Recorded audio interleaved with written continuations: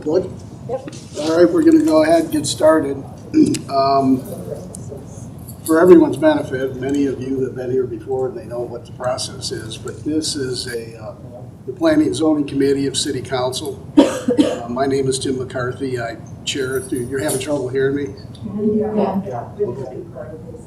Mics are on, right? We don't need to use these. These aren't mics. It's that thing up there. Okay. So what, I got to stand up and shout? You're just kind of quiet. We are 3 members of a 7-member council. My name is Tim McCarthy. This is Barry Van Hoosen and Corey Kluman to my left. So what we do is consider issues and then attempt to formulate recommendations to council. I know many of you may be here in the land use plan. There are several issues that may attract citizen interest. And so what I'd say is this: I think for our purposes up here, as you know, the rules are masks are required. Because I'm having trouble being heard even with my mask off, when I speak, I'll probably take mine down. The committee members can decide for themselves what they want to do. If you come to the podium to speak, you leave your mask up if you choose. If you want to pull it down while you speak to speak more clearly, that would be fine. But again, generally speaking, masks should be worn. You want me to take, because we have some masks available for the people that don't have them. Oh, we do have some here? Yeah, I see a box over here, so I just took that out. I should have introduced, this is Brody Walters to my left and Mark Easterling from our Planning and Zoning Division. Kate, I'm blanking on your name now. Sandra. Our law director, she's been here for several months now. You don't think I wouldn't know her name. And our secretary is new, so I'm meeting you for the first time tonight. You were here last night, but you didn't introduce me, so welcome. Thank you. The first, I guess first we have to, do either of you have any issue with the minutes of the August 11 meeting? Do not. I do not. Okay, those are deemed approved. The first item on the agenda is rezoning at a Williams on 12425 Williams Road, rezoning from highway commercial to I-1 light industrial.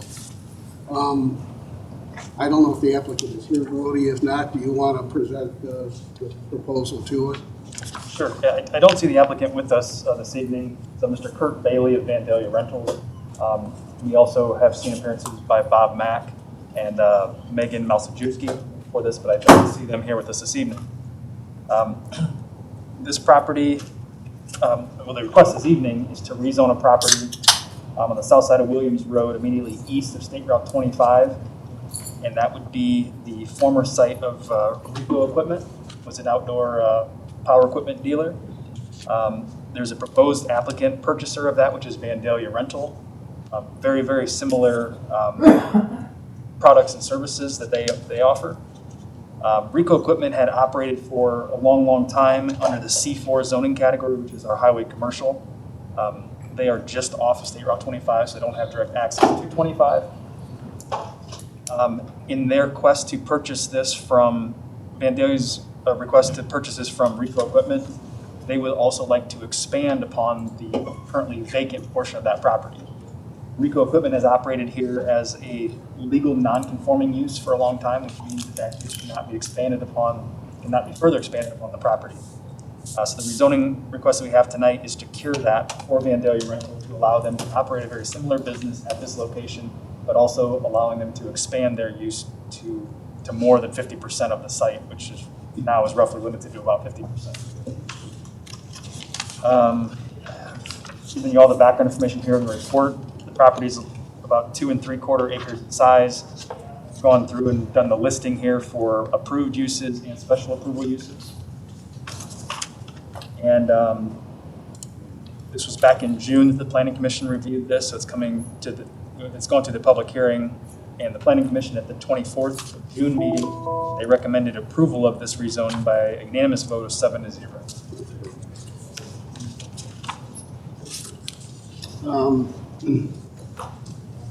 I think you mentioned this, 2.72 acres. I don't, Gary and Corey, I don't know how you feel, but that would seem to me to be an appropriate rezoning consideration here. Do you concur, have other thoughts? I would tend to agree with you. It seems to fit in with the surrounding areas with the adjacent properties. Some of them already being zoned industrial. I think it makes sense there. I agree. Okay. Yeah, and I think particularly that it gives them latitude to make some improvements to the property, which I know don't directly impact the zoning decision, but it is nice to see if there's a way we can help them make this property look even better. That's fine. Okay, so that will go to council as a 3-0 recommendation to approve that rezoning. I don't know, Kate, that'll be up for next Tuesday. Yeah, absolutely. We can put that legislation together for Tuesday. All right, we'll do that. Next item, Brody, I guess you still have the floor. It's the Historic District Boundaries Update, which I know we heard about once, but you can tell us again what's involved. Yeah, absolutely. The Historic District Boundary Update was initiated probably close to a year and a half ago in an effort to clean up the boundaries of the Historic District. We found some oddities where properties, for example, a single-family house, a portion, half of the house was in the district, half of the house was outside the district. We found other examples where the Elm House had 3 of the 4 buildings in the district, one was excluded, or vice versa. So we were seeing some inconsistencies. We also found where properties had residential homes that were affected by the historic district and had accessory structures or garages that were not impacted by that. So this was an exploratory effort. We essentially, the Perrysburg Historic District boundary is defined by legal description. We had the codified legal description converted into a survey graph that would show graphically how the boundaries, and that's what you see here on this 11/17, how those boundaries laid out. We went through and did a visual inventory of all structures in these areas and came up with a recommendation to pass on to the Historic Landmarks Commission. They went through a series of letters and notifications to these owners. Their recommendation at the end of the day was to take those folks who were not opposed to being brought into the district where it made sense, removing the property of the Elm House where it didn't make sense. We're letting that one building that was in back out of the district. So there's really 3 main points to this. It was bringing in a property here. It looks like, it's hard to say what that exact parcel number is on this particular copy, but over in the area, probably Mulberry Street, is a property being brought in. There's a release of property there for the Elm House, and then there's the expansion of the district to include the remaining portions of the Caranor Club. So that would be all of their property that would extend to the east over to East Boundary. Those were all voluntary. So the Historic Landmark Commission has done a considerable amount of work on this. They provided you a memo here explaining the process they have gone through. What we are looking to do, the ordinance that we would bring to you at the City Council meeting for adoption should include the updated legal description that describes the new visual boundary in the survey that we've created. So what we'd like to do, if this is headed in that direction for approval, we would go out and finish up our contract with Garcia Surveyors to have them actually produce the legal description that describes this new area, bring that through as being incorporated into the ordinance request. So we might not make the 21st meeting with that ordinance, but maybe the following council meeting, so they have adequate time to properly prepare the legal description, which would then be codified in our code. All right. We had a public hearing on this about a month ago, as I recall. I don't know if some folks were were at that or not. I don't really recall. I don't recall that we had any comment that night. I don't believe so. I mean, it looks like something that was really just a function of better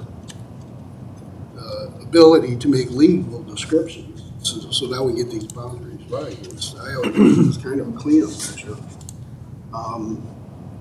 And I know the Historic Landmarks Commission looked at this multiple times, and I think took a great deal of care on it, so I think it's finally in a position for adoption. Do you know when they're doing the survey for this? Is it already been done? This wasn't surveyed, so what they did is they took the existing legal description that was created in 1984, I believe, and they drew this out on an overlay of the plat maps. And then what they'll be doing now is, I don't know if they'll actually be doing any survey work. Okay. They would just be simply translating a drawing back into a legal description. Okay. The reason I asked is because the last thing I want this to do is if there's any stakes going up or anything like that to create boundary disputes where there doesn't exist boundary disputes. Not that would happen, but I mean, you're going to have cut throughs where people may think they have an extra 2 feet from what they previously did, or fences. I was just curious.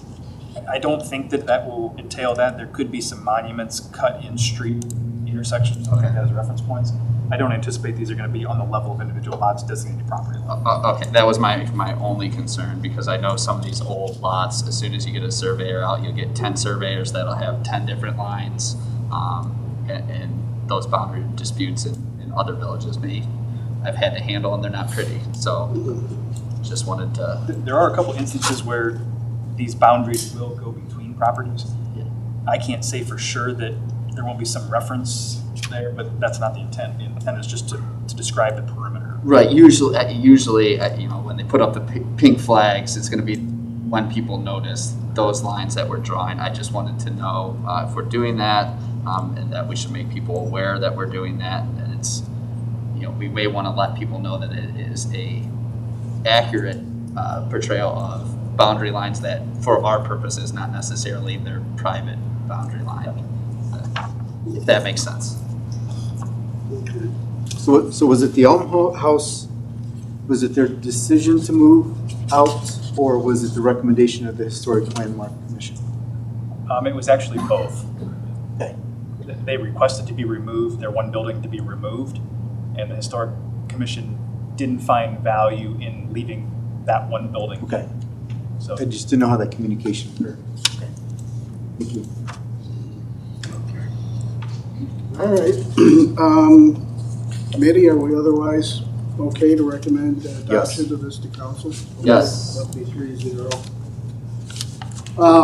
Land use permits, I'm gonna hold to the end. Number 6 is the rezoning. I think that's the gentleman on the screen. Did you tell me, Brody? yes, that is Josh. Okay.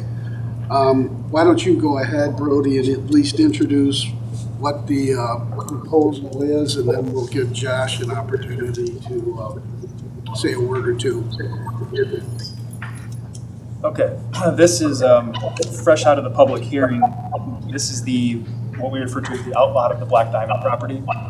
This is on the north side of Echo Junction Road, directly across from Costco. There's a fully signalized intersection at that location. There's an access drive that heads to the north that accesses Black Diamond property.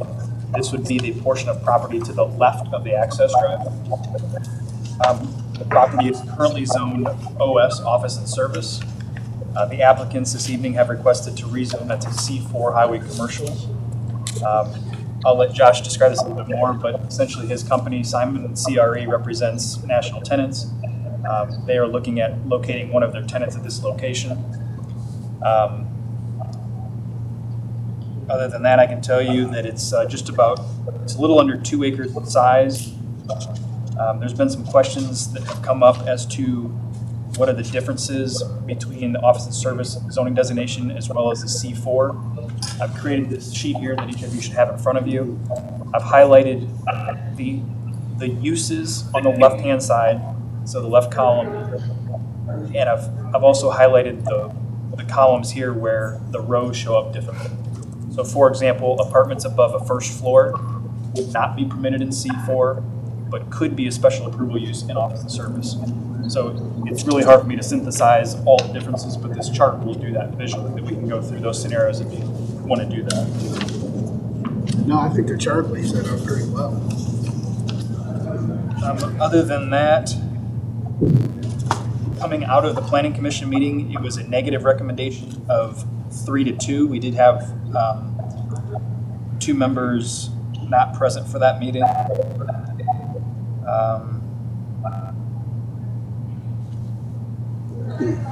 Yeah, and I think that's probably all I can tell you at this point. Unless there's specific questions, and obviously Josh can answer any questions here from the applicant representative. Just to give an example, it looks like many of the automotive repair type uses, auto washes, could occur at C4, but they can't in office service. I mean, there are several examples of that. It's just illustrative of some of the differences.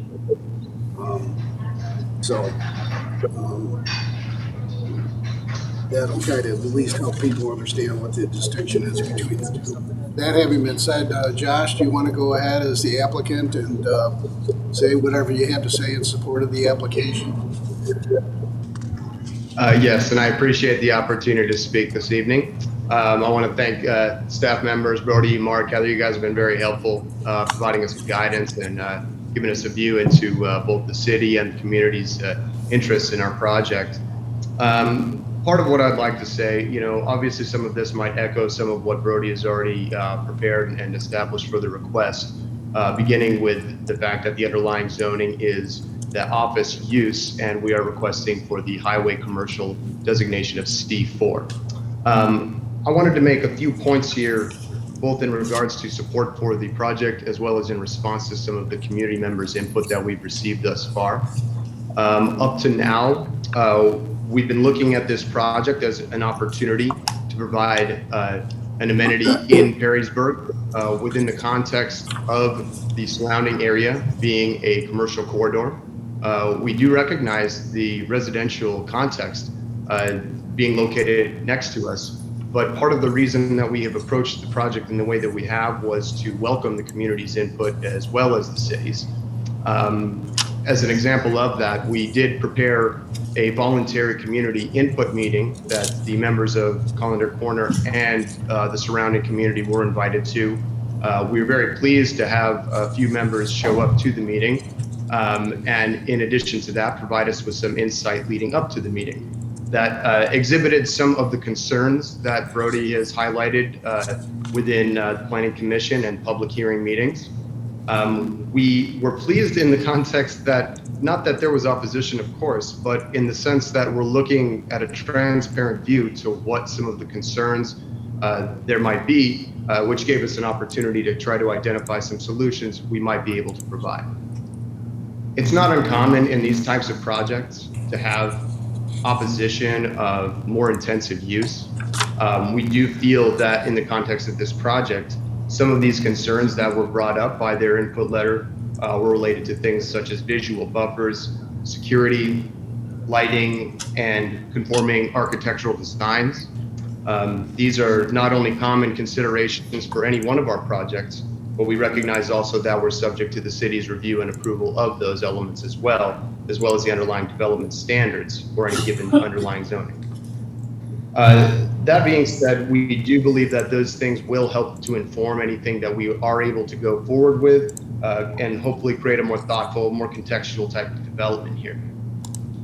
The second point I wanted to make was in response to the comment that the existing underlying zoning may be a better use for this particular property. I do think that Brody and the rest of staff have supported the fact that office is a very speculative use for this particular property, given that the underlying concern is blight or a lack of responsible operational use of the property. If there are concerns of any type, whether it's having refuse and otherwise on property, well, having an empty property there is highly unlikely to support that particular concern. Whereas having an office designation in place is not likely to attract new development here, given the state of the economic market at this time. We already know there are more people zooming into work and doing other things like that. Demand for office is down. The idea that a speculative office development is going to go into place on this property is fairly minimal. And while I don't have a crystal ball, I can equally say that if that were to occur, they would be subject to the same operational concerns that we would be subject to. In other words, having an office building in place does not remove the concern of having blight or having refuse or having a poorly operated property. So there's no guarantees there in that regard. Additionally, in looking at some of the alternate zoning, some concerns have been brought up as to why we wouldn't be looking at C1 or C3 zoning, or C1, 2, or 3 for that matter. The first concern that we have here is that the surrounding properties, the surrounding land uses and commercial uses are generally highway commercial zoned. Not only would changing the current zoning to C4 be more in conformance with the surrounding uses, but it would also, in our opinion, from the standpoint of a private developer, be the highest and best use for a property of this kind within the context of the area. And also the intent of the current zoning versus that of the highway corridor. Some of the concerns have been brought up as to, well, this is not directly on the corridor, but the intent of that zone is more so to provide the region with those types of offerings and operations. We believe that we can actually serve the community's needs in that regard by going to C4, whereas C1 and C3 have the tendency to look as though they're a spot zone that doesn't especially welcome or attract the same level of use that you would otherwise see. And furthermore, the city, once again, would have that authority to try and enforce any kind of those design elements and development standards that might otherwise be taken out of context, in the sense that things could be overbuilt or overly intense. And I think Brody made a very good point in the regards to the OS designation, in that it does tend to have a more intense capacity when it comes to what that overall use is. So in that context, having the office building at its highest intensity combined with some of these other underlying concerns, it doesn't create a solution for some of the problems that are being presented to us. And then finally, another element that had been brought up was that additional traffic may be created and it could potentially build a less safe corridor along Echo Junction Drive. Brody correctly pointed out during the during the public meeting that there is a deed restriction along Echo Junction Drive that will not allow for additional curb cuts to take place there. And furthermore, we would be subject to a traffic impact analysis in order to present our case and to present the facts of the situation, and an attempt to, of course, mitigate any kind of safety or traffic concerns. And additionally, we would be subject to any kind of assessments regarding the installation of traffic or otherwise. In conclusion, we do believe that C4 is going to be the best designation for this particular site. We do welcome the input of the community. We operate in such a way that we value transparency from the standpoint of a developer. We recognize the challenges of being trustworthy from abroad, but we also welcome the participation of the city, council members, and otherwise, so that we can come to a conclusion on how to get this done the best way possible. And I appreciate any guidance and questions that you all have tonight. Thank you. Questions, committee, for John? I think I followed what he said, but I don't know if others have questions they want to follow up with. So I would just ask or say that the OS restrictions are pretty significant. It does seem as though going from an OS all the way to a C4, that we're going from one extreme almost to the other. And maybe that's just the way our code is written.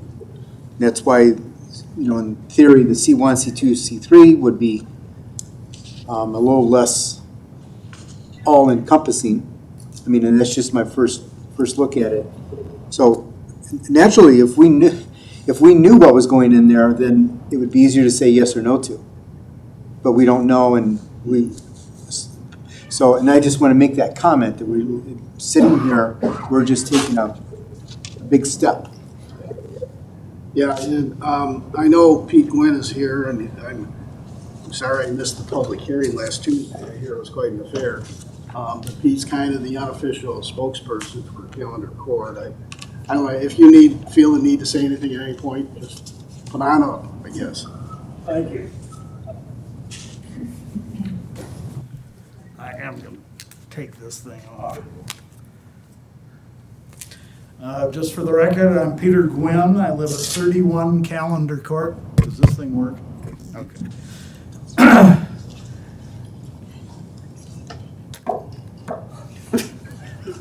And on TV too. Calendar Corner is a 32-unit condominium development, and it is very nice. I moved in there in March. Neighbors keep the properties very well, and I enjoy living there. The issue is a change from OS to C4. I have I don't know whether you've received what I had written or not. I have copies for your Okay. members. Yeah. I don't want to go through all of it. I do want to point out that OS, Office and Service Districts, does have the statement, these areas are intended to serve as employment centers for adjacent or nearby residential neighborhoods and as buffers between those neighborhoods and arterial street traffic. Your master plan identifies the property in question as controlled growth traditional neighborhood area. It also indicates that new development should be encouraged to locate adjacent to compatible existing development. And new development that occurs should be compatible with surrounding land uses, in particular existing residential neighborhoods. Calendar Corner was there before Black Diamond and this property was at least partially developed. The application to rezone from OS to C4 goes from a very limited commercial zoning classification to basically the most expansive classification that the city has. I am not going to read all of the permitted or special approval uses in C4, but I have written these down, or put these down. Automotive, oil and lube facilities, gas stations, outside dog kennels. The list goes on and on. In fact, it goes on for over a page. As I stated earlier, new development should be compatible with the surrounding land uses, in particular residential neighborhoods. That's us. C4 doesn't fit this land. The property does not front on a major highway, and the uses permitted are certainly not compatible and sensitive to the residential areas. The most appropriate zoning is to leave it as OS or C1. C1 is defined as areas for small local businesses with convenience-type goods such as are handled in small drugstores and personal services such as barber shops and beauty salons. Uses in these areas must be compatible with surrounding residential uses and not be large generators of traffic. Now, our developer, Josh, has indicated a rather innocuous first tenant in this property. Council has to look at what could go into this property. The damage to the value of the residential properties that some of these uses could do could be substantial. Good zoning practice would dictate that an abrupt change from a residential classification to a very intense commercial classification should be avoided. I also would point out, as Josh talked about the anti-access easement, that may be on there, but there will be, if this gets developed as C4, there's going to be intense pressure on the council to change that and add curb cuts. I don't care what is put on there. The purpose of the zoning code is to promote the public health, safety, and general welfare of the residents of the city of Perrysburg. And the primary philosophy behind zoning regulations is to separate different incompatible property uses and to minimize their potentially negative impacts on each other. We would submit that a change to C4 is not compatible with the residential neighborhood next door.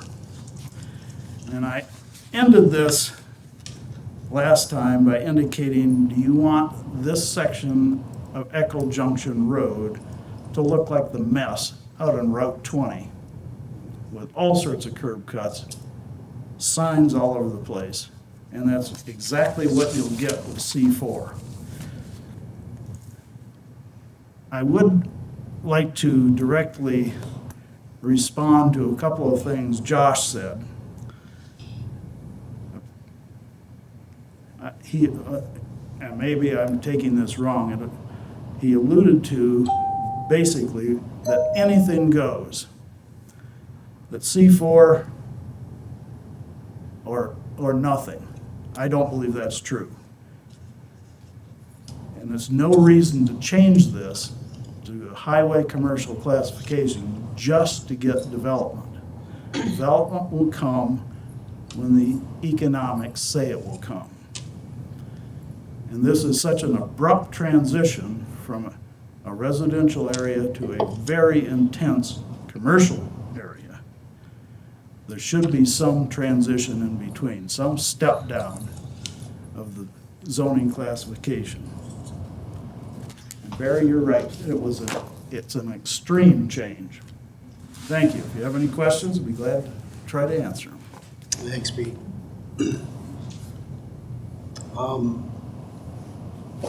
I guess I'll offer my thoughts, and then Josh can have a chance to say. The idea that, as Pete pointed out correctly, our code says highway commercial is for areas fronting on major highways. Now, Echo Junction is certainly not a major highway, the last I checked. And to the notion that, well, you're right next door to major highway is true.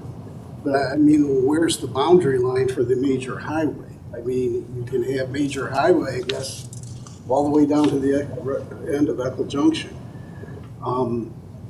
I have a real struggle envisioning that as proper zoning, and I don't.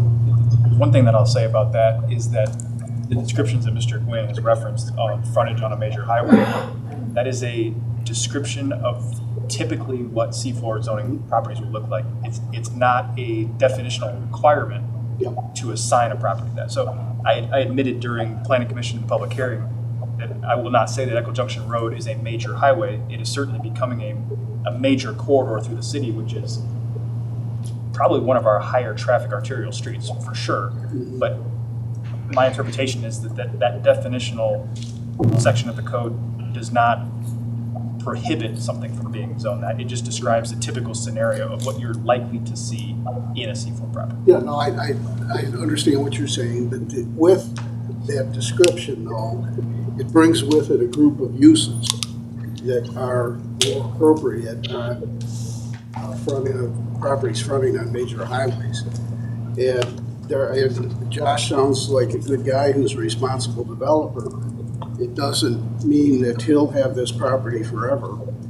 And from what the steps they've taken already, it sounds like they've tried to be responsive to the neighbors. But once we assign zoning, the land carries the zoning, and anyone can buy the land. And there's a whole bunch, I checked a whole bunch, but I'm not going to read them here, of uses that are permitted. There are restrictions. I'll acknowledge any developer or property owner would have to, even in a permitted situation, meet certain requirements, but there's a whole lot of permitted you can do in a C4. And I guess at this point, I'm just echoing what Barry said and Pete repeated. Going from office service to C4 is like going from 0 to 90 in my view. I don't know if I'd agree with Pete that C1 fits. It's very restrictive. I'd have to look further at that. C3 is community shopping. There are some uses in there that I'm sure the folks on Calendar Court would be concerned about that are permitted. So I'm not sure I've got the answer as to what the right zoning is for this parcel, but Pete is around and his recitation of history is correct. We assigned that office service. It's traditional step-down zoning to create a buffer between residential and higher commercial development. I can't dispute the notion that office service is very restrictive. And I don't know in the modern post-pandemic era how much office commercial development we're gonna have. I think everyone in the country is scratching their head about that.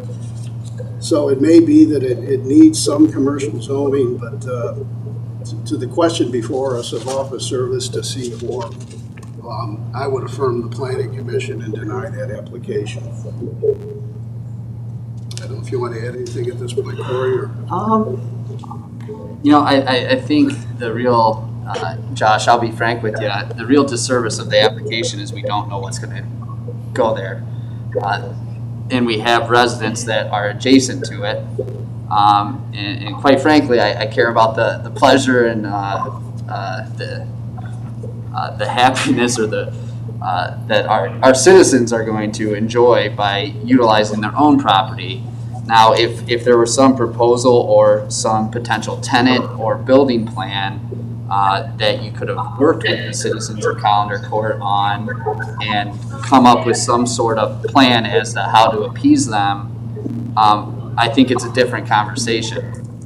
But the way it sits now, it is going from a very restrictive zoning to a very broad one. And one of the things I've heard through the emails and one of the questions I asked at the public hearing was, how has Black Diamond been as a neighbor?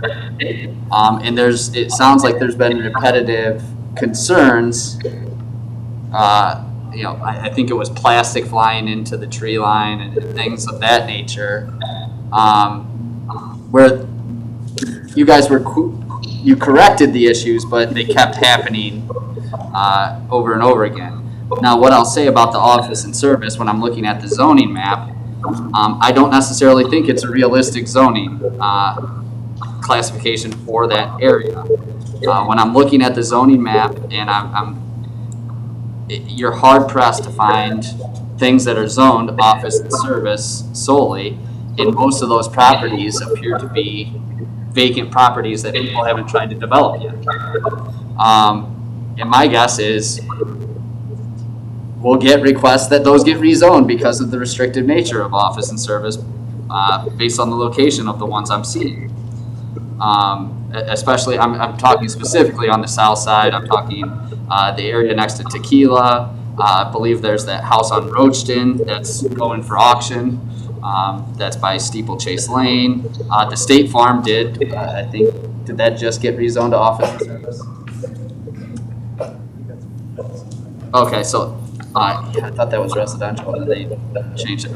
Either way, I see it as where this is. I see one island of office and service and a bunch of commercial development around it, and then it leads into the residential neighborhoods. And Callender Court is kind of that go-between, right? You guys are on the perimeter of that, and I really respect that. But I'm hard-pressed to approve this or vote for the change in zoning without knowing what's going to be there. I share that concern with them because then you can more effectively identify what potential issues may be caused to that residential area by the nature of the business that's going to be put there. And you can work effectively with them. Now, I trust you when you say you're a good guy and you want what's best for the city, but I want you to have to work with them and have a good contingency plan for the residents that are adjacent there. Would be my take on it. Josh, anything you want to add? Well, if you'll allow it, I'd like to respond to a couple of those points that have been made. Yeah, go ahead. And I appreciate the comment. We respect people's point of view on these things, and again, we understand some of the challenges imposed by having a developer from abroad. To begin, I will tell you this: the reason that we don't mention the specific end user is out of respect for the tenants that we work for and with. I can tell you though, in regards to that we work with national credit tenants. The reason they are considered national credit tenants is because of their ability to establish value in the places in which they reside. And part of that is due in part from their reputation. Other has to do with their quality operations. And another piece of that has to do with their ability to maintain their value within the market. So the reason that that's relevant, in addition to trying to shed some light on the end user, but without saying specifically who that would have to be, the reason that I point that out is because those are the kinds of controls that allow us to make the claim and represent the fact that we're able to provide a responsible and contextual development here. You pointed out that this is an island of office space, and I do think that that speaks to the spot zoning in this context. I think that in the fact that there is office zoned there and there are other places being rezoned to office does not necessarily speak to the demand for the use of that intensity on this parcel. And further, it would seem that the zoning and the underlying elements to that zoning would provide certain constraints in which we would have to work within, in addition to submitting any one of our applications to the city for their approval. And therefore, we wouldn't be bringing in the kind of user that would be looked at and said, well, this just doesn't fit, or this is out of line in terms of what it is bringing to the community. There are other ways that that can be controlled. The zoning is not one of them. And to give you an example of that, the office use could easily bring in an end user that maybe you don't like, or maybe you don't know who they are. It doesn't matter to you, but maybe they bring in more traffic volume. Maybe they aren't very well kept in terms of how they operate their overall property. Pointing out that those are problems and assuming that the end user has something to do with that, I don't know that I entirely agree with that point. I respectfully disagree with that. But that being said, this provides the opportunity to begin a conversation with a developer of national credit tenants that is able to bring a quality development to this area, that we can see that it's in the context of the area. And there's even an existing buffer between that parcel, the access road, and where Colander Corner exists. Now, as far as the buffering is concerned, there's also visual buffers. There are other types of restrictive buffering that can be put in place to help with lighting. There's obviously photometrics that go into these things. So it's not just the zoning that controls these things, it's the underlying code for building, for fire, and otherwise, planning, civil engineering that we would be subject to that provide the guidelines in which we would have to operate under. So at the end of the day, I can tell you that there are no noxious or obnoxious national retailers that are interested in installing themselves surrounded by commercial with the exception of one residential portion. That just doesn't work in that context. And furthermore, it wouldn't be marketable. I think that Peter made a valid point that council should observe what should go on this property. Oh, I'm sorry, he meant that what could go on this property is problematic, right? The zoning that we're suggesting could open the door to a number of different uses. But I think that it's maybe worthy concern to say what should go here? And should this be an office space? And are you going to wait for that to occur while tax dollars fly away, while potentially economic incentives go away? I think that you're going to have a hard time, and this is obviously not me bearing any warning here. I think this is something you all know. But the fact is that with this property, if we walk away from this property, which is highly likely because it seems that it's highly difficult to overcome some of the constraints of the community, which respectfully saying, I absolutely understand and appreciate. I think that it's great that that opportunity exists and there are people willing to vocalize their point of view on this. That being said, we're in a position to respond to that point of view. You're mentioning Black Diamond. We are not Black Diamond. We're currently working hand in hand so we can find a solution to the problems. And again, we're opening the door to that opportunity to further the conversation. But giving the recommendation to not approve this, I think you're going to find that the interest in this property is going to decline, not increase. And I don't think that a commercial office builder is going to come in here with a speculative approach and say, this is the spot for me. I'm going to go risk what I'm doing and the capital required to do so in order to put something in that is fully speculative. And the result of that is that you're going to have a vacant property, and it's going to be left in the hands of whom is currently being deemed as not being a good neighbor. There's an opportunity to right the ship in terms of who's operating, who is there, but it's going to have to start with a zoning change here. And I think that that's where I'll leave it, but I do believe still that the C4 is the highest and best use for this specific piece of land.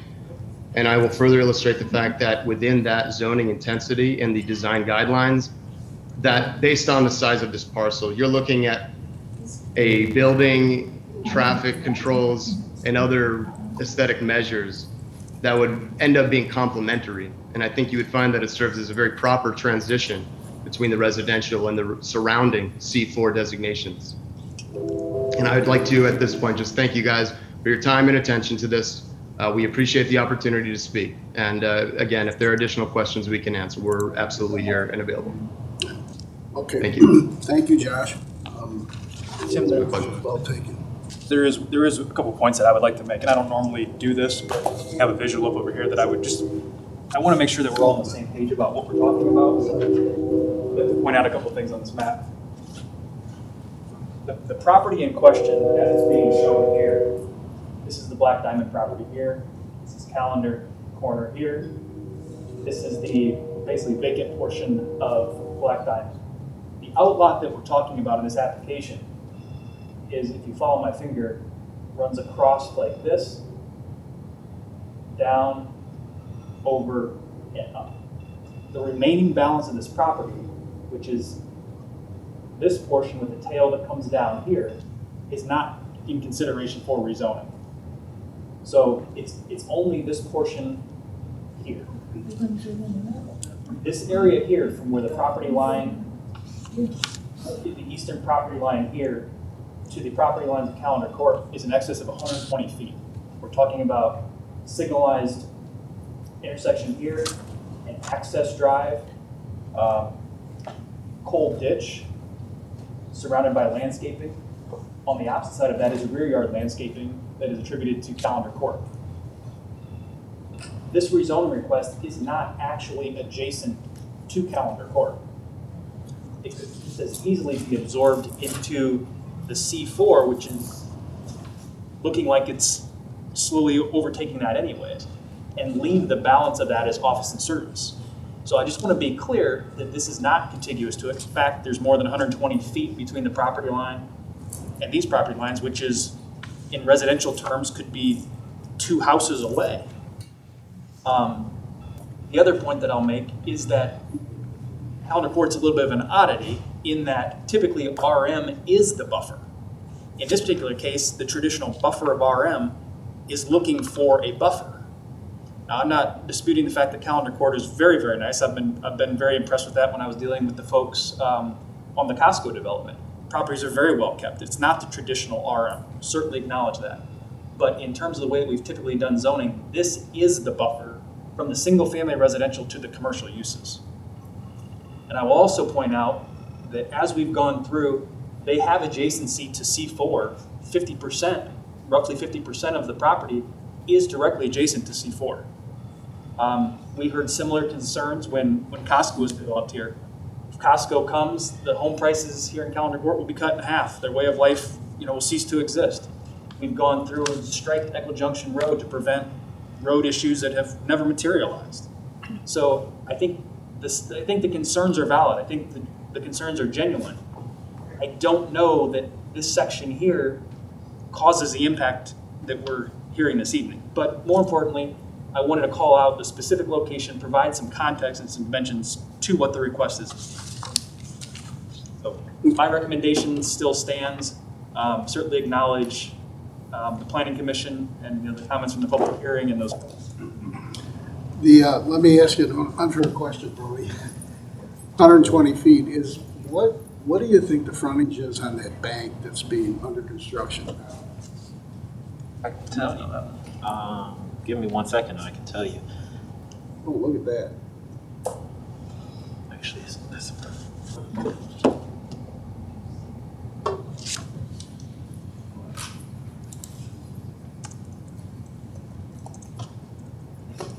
When was Tom?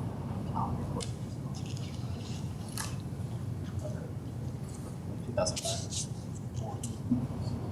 I think it's 2005, 2006. Black Diamond calendar quarter is 2005. Yeah, I think it's. I guess the larger point that I want to make while Mr. Easterling is looking up the frontage of that bank, my interpretation as the zoning administrator is that the change is not inappropriate. As we've heard many folks say, it's not inappropriate. Whether that is the preference of neighbors and the preference of the elected officials, I think is a different question. The question of appropriateness, I think I can demonstrate from a zoning map placement standpoint that inappropriate may not be the correct word. Preference may be the correct word.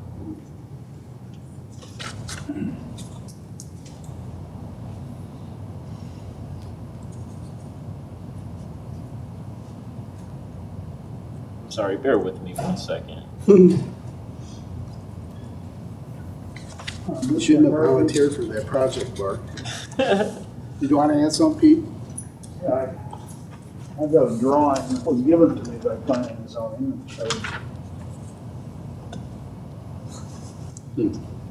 You also have the drawing right here. And there are, So that's what Brody's saying. This will stay. Yellow is what we're talking about. This. Yeah, yeah. So there's still the access Yeah, drive. I was just trying to get a feel for it. Yeah, visualize. Well, and part of that's taken up with the driveway, so the developable, if you want to use that word portion, is just this, right, Brody? Okay. Yes. I guess my point being that development can't occur any closer than, at a bare minimum, at 120 feet from the rear yard properties of Yep. Calendar Court. Yeah, And that assumes that there'd be a zero setback on the proposed yeah. parcel here, which won't happen. So their setback is probably at least 35 feet. So you add that to 120, you're at a minimum distance of about 155, 160 feet. I get your point. We might not need that number marked now, because I Okay. see that much of that frontage is occupied by the exit, the entrance, the driveway. It's actually 357 feet. Oh, that the bank is through. Yeah. The lot is 357. And you're right, Brody, that cuts both ways, because you could say this configuration leaves the natural buffer in there. By design, yeah. But I still think, Josh asked the question, is the idea of office service something we would like to have there? I think it is, but also I can't disagree with what he says, that may be difficult to achieve in this environment. How long has it been zoned office and service? Since Costco came Since in. Costco? Well, it No, would be, even before that. it would be at least since 2006. Yeah, yeah. And as I stated in the public hearings, I've probably had no less than 10 inquiries. I've been with the city since 2008. I've had, if I had to guess, 10 inquiries into this.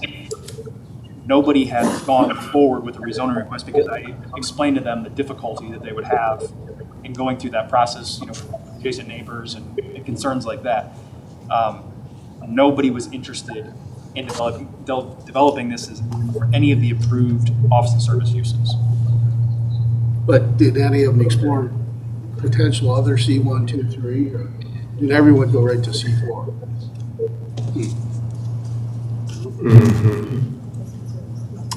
Pete, did you want to add anything further? Yeah. You can have your map back. I'll let you, do you want to see that? All those are the comments we made. Yeah, I do have a couple more questions.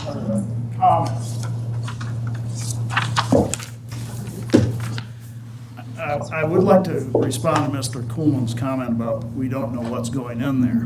The problem is, that is exactly true. We do not know what's going in there, but we do know what could go in there. And that's gas stations, dog kennels, and this whole list of things that are in here. And I don't see those as appropriate to be right next to a residential area. There should be a buffer. They're saying, trust me. I was with the city for a while, and we had developers before, and I have no idea what Josh's track record is. But that's a dangerous thing to do, is to say, okay, we'll just trust you. So I know this was brought up the other night at the public hearing, and sometimes if we understood history, it kind of helps us understand how we get why we are where we are. And I don't know who was on the, when that, I'm going to call it the Craig development was created. I'm assuming that's when this particular property became OS. And it's also the same, which is designed to be a buffer, supposedly. But then just north of that, where Black Diamond is, there was no buffer with the calendar court. So there had to be some rationale behind why we want the buffer on the south side, but there is no buffer on the north side when all of that was designed, when the Craig developed, I'm going to call it the Craig development. I'm assuming it was all zoned at that time. And whether that was before or after calendar court, but you'd think it'd be consistent as a buffer. My thought is that the Office and Service here, and again, I'm speculating based on my planning experience, is that the Office and Service was never intended to be a buffer. That the Office and Service is a second row seat to the traffic on State Route 25. And that during that time, when you look back, we'll say the early 2000s, when this process would have been going in place to adopt it in 2006, Office and Service uses were much more prevalent than they are today. The market has changed significantly in almost 20 years. That's not even a third row seat off of State Route 25 type of use, Office and Service. What we've seen is obviously more intense uses along there. So I think it was deemed to be an appropriate use at that time, not necessarily for a buffer, but from an actual attraction for tenants or developers from the particular area. The market has changed, and it was viewed at that time as one parcel removed from State Route 25, so it didn't have that same level of importance. So that development probably agreed, okay, we'll put a second tier tenant, or we'll request zoning that will allow a second tier use that otherwise, first tier uses would require direct frontage on State Route 25. That's where your traffic is at. So I think the market's changed. I think you make a good point that if there was truly a buffer to be designed, more of that property to the north would have included some type of buffering zoning, which it did not. Yeah, I won't try and rely on my hazy memory, but completely. But I don't know if the landscape company had zoning when they came in, or if we changed the zoning when they came in, when Black Garden came in. I don't know if any of the folks remember, but I do remember thinking, well, Black Diamond was a really not very intensive commercial use. So we thought that'll work there in that location. They may not have proved to be as good a neighbor as you might have hoped for, but I think that was kind of the thinking that, okay, this is commercial, but it's not a carry-out fast food place. So it kind of worked, and that was the only thinking at the time. And Brody's right; it wasn't a buffer in the set. I'm even not now remembering what the term buffer would stand for, but it was thought that there could be an area in that would be a less intensive commercial use. And obviously at that time, and maybe we'll have to rethink that in due course, we figured there were plenty of office service uses that might want to locate there. And I do know, even though we've come to be much more aware of it since Costco, that we were concerned at that time with the traffic impact down to 25. So we thought, okay, if we get that kind of use in there, that might work best. It may or may not be. This gentleman had his hand up, so maybe he remembers some of the history. Well, I don't remember, but we uncovered Could you just give name and address? Yeah, I'm Ron Perry, resident of Calendar Court. We uncovered when Black Diamond was designing, there were conditions that they were to, not a buffer, but put in landscaping, fencing, etc., so that we couldn't see into their operation. For whatever reason, that was never done. The only landscaping that is there is what Calendar Court has erected, pine trees.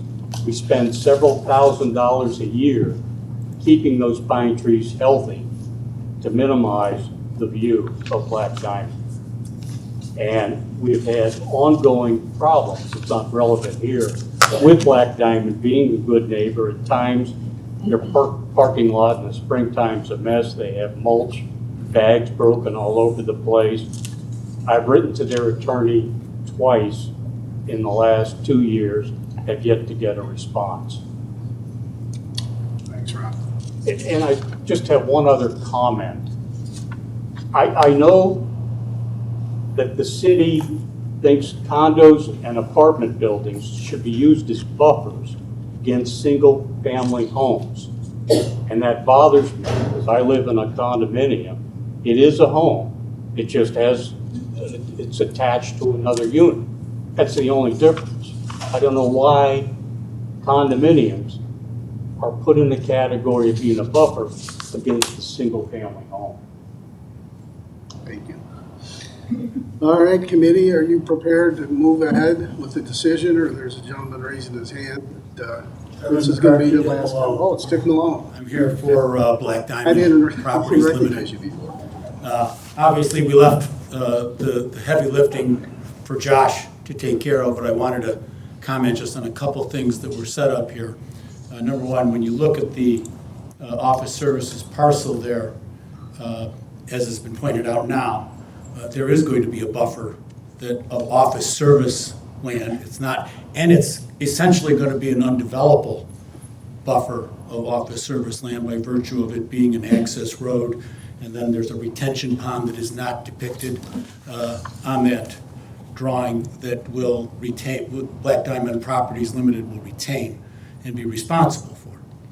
The second thing that I wanted to point out was there was some reference to a kind of a gloom and doom prediction that this council would be put upon to relieve the no curb cut policy along Echo Junction Road.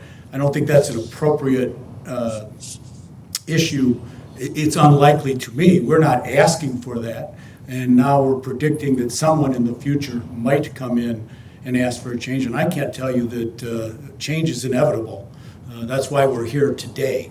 That parcel, as you can see, is a block of office service in a almost universal commercial area.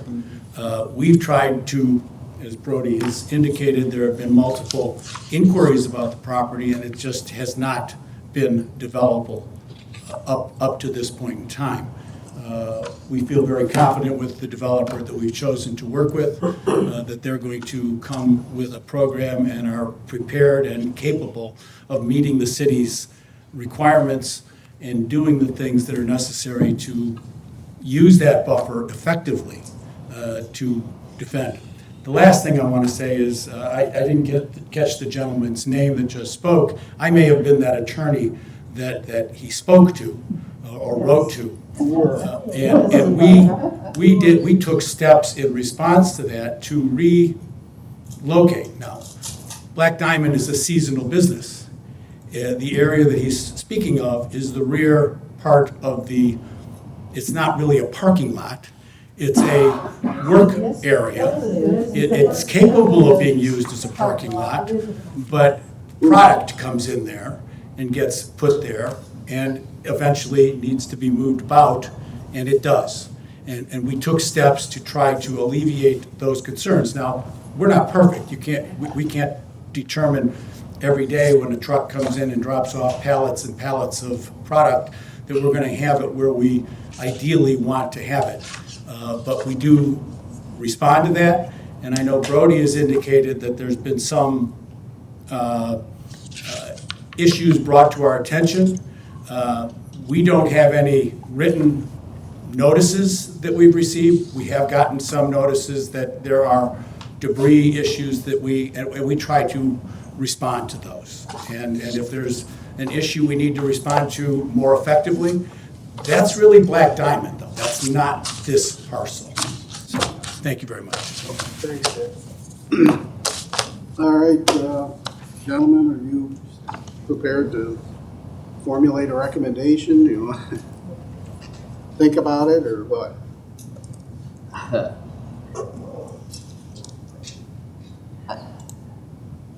I'll be frank, it's a tough one because I don't necessarily, so it looks like this parcel last was transferred back in 2005.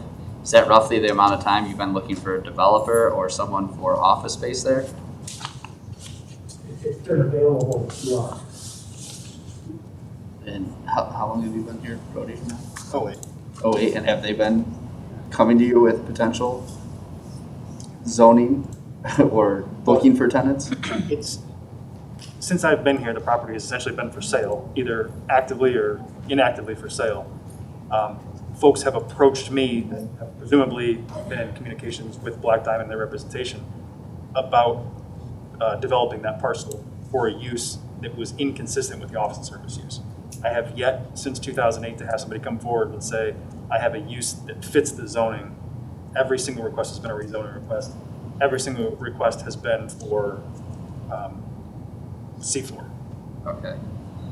Traditionally, when we see these rezoning requests, do we have a suitor that we know what they're going to put there? How often is this the case where we're rezoning for a potential suitor rather than someone we know is going to be there? I don't know that I have certain percentages for that, but what I can tell you is what I agree with Mr. Gwynn on is that you have to assume that it's worst case scenario.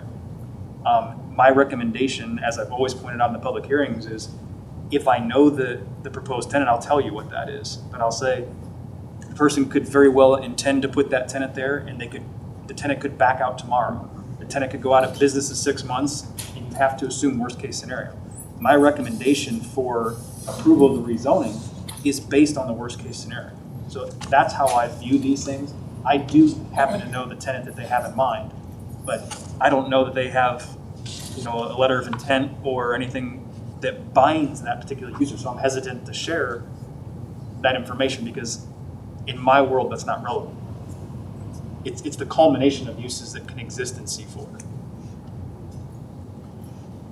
Okay, who are the two yes votes on that?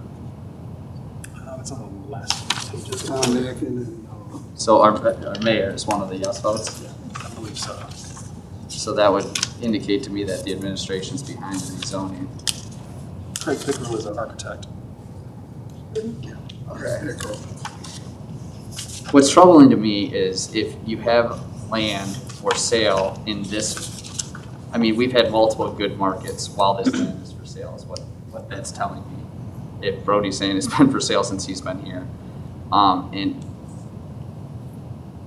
I understand where the residents are coming, the concerns. I absolutely do. But I also have a huge concern with land in Perrysburg not being transferable or successful in trying to sell it. So that timeline tells me office and service is not appropriate for that land.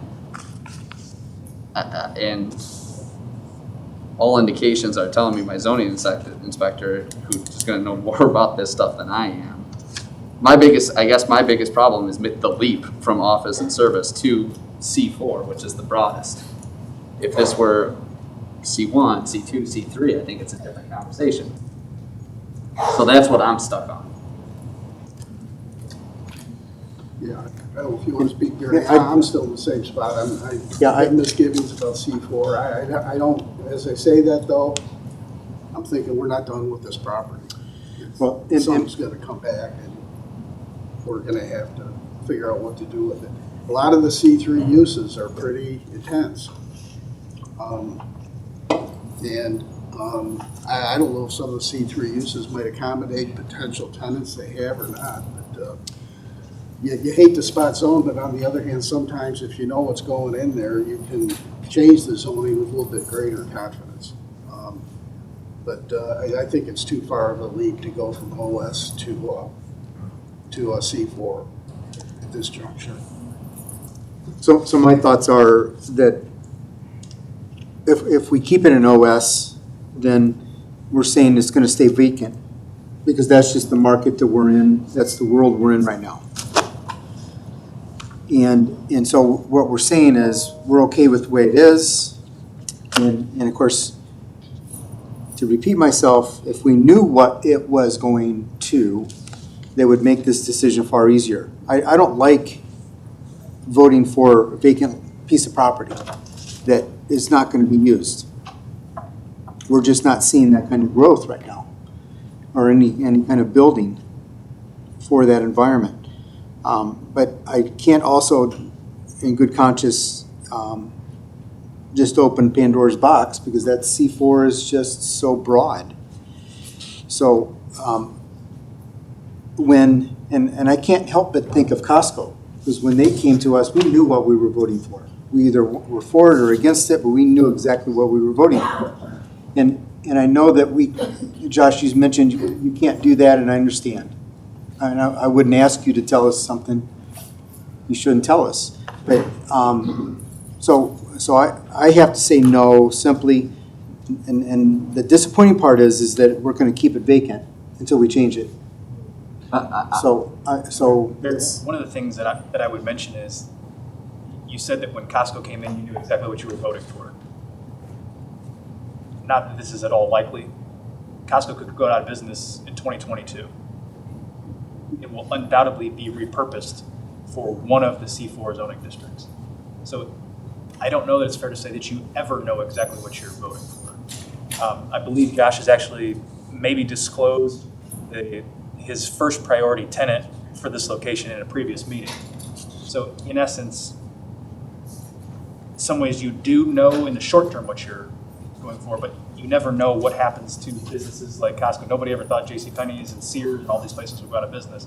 Things happen. Mm-hmm. So I understand that it may feel more comfortable on the front end to approve a certain project, but you don't have any assurance of that project sticking around. good point. Understood. Yeah. But Costco obviously was located on a highway, and we had a very detailed set of restrictions they agreed to and conditions. Well, here's, let me repeat history correctly. They had representations of a series of things they do and they would agree to accomplish. I voted against Costco because I didn't think we were sufficiently secure. Now we could have been on the Costco project because we could, in effect, make them enter into a contract with us to bind them to do those things. But at this juncture on this property, we don't have anything like that. And I think what I'm hearing the committee say is we're with the Planning Commission and saying no on C4. But this may not be the last time we see Josh or Dick Malone and Black Garden and the folks on Calendar Court. Because that's in a kind of desirable location, and I'm sure people are going to be interested in it. I see Josh has his hand up. Go ahead. Thank you. I just wanted to relate one common underlying element. You mentioned Costco. It's being brought up, knowing what the tenant is. As Brody correctly pointed out, the reason that we cannot disclose is because part of the reason that we can't move beyond an LOI is because we have to have secured zoning. It's this chicken or egg perspective when it comes to this particular context. One thing that I can point out, however, Costco, as I pointed out, they are also a national credit tenant. And one of the assurances that are established by that speaks to not only their credibility in terms of their viable position in the market, but it also speaks to their credibility in terms of when they sign a lease, it's not for 1 or 2 years.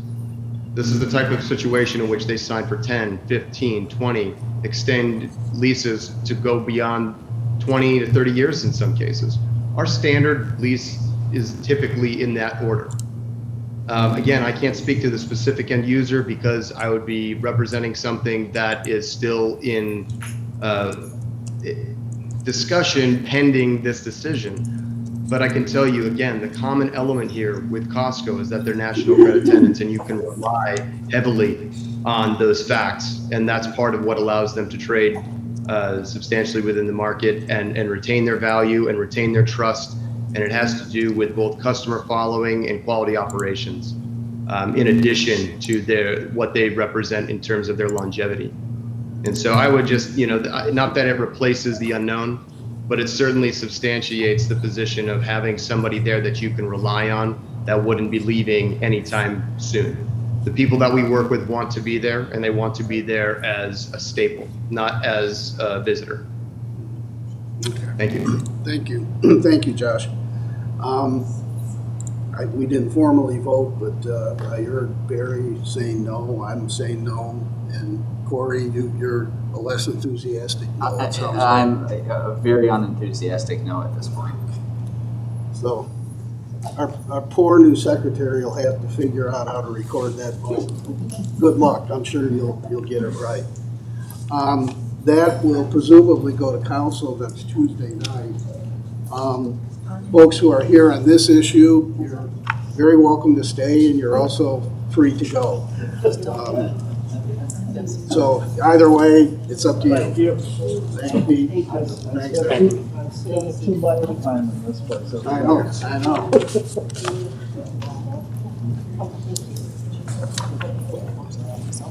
All right.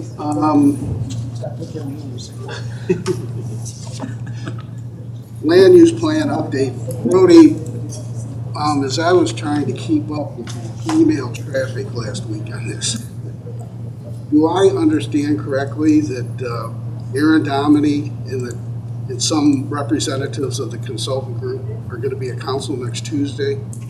Correct. What I've asked prior to the large attendance of these meetings, what I've asked our consultant to do is in our scope of work, we had a formal presentation of the work product.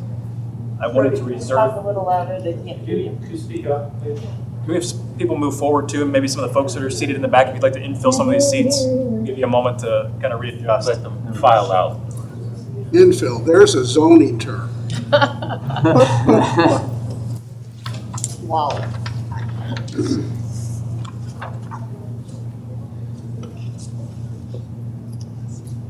Okay, so what I was saying is through the scope of work that we had with the consultants to do the land use plan, we had a reserved time block to do a formal presentation of the work product.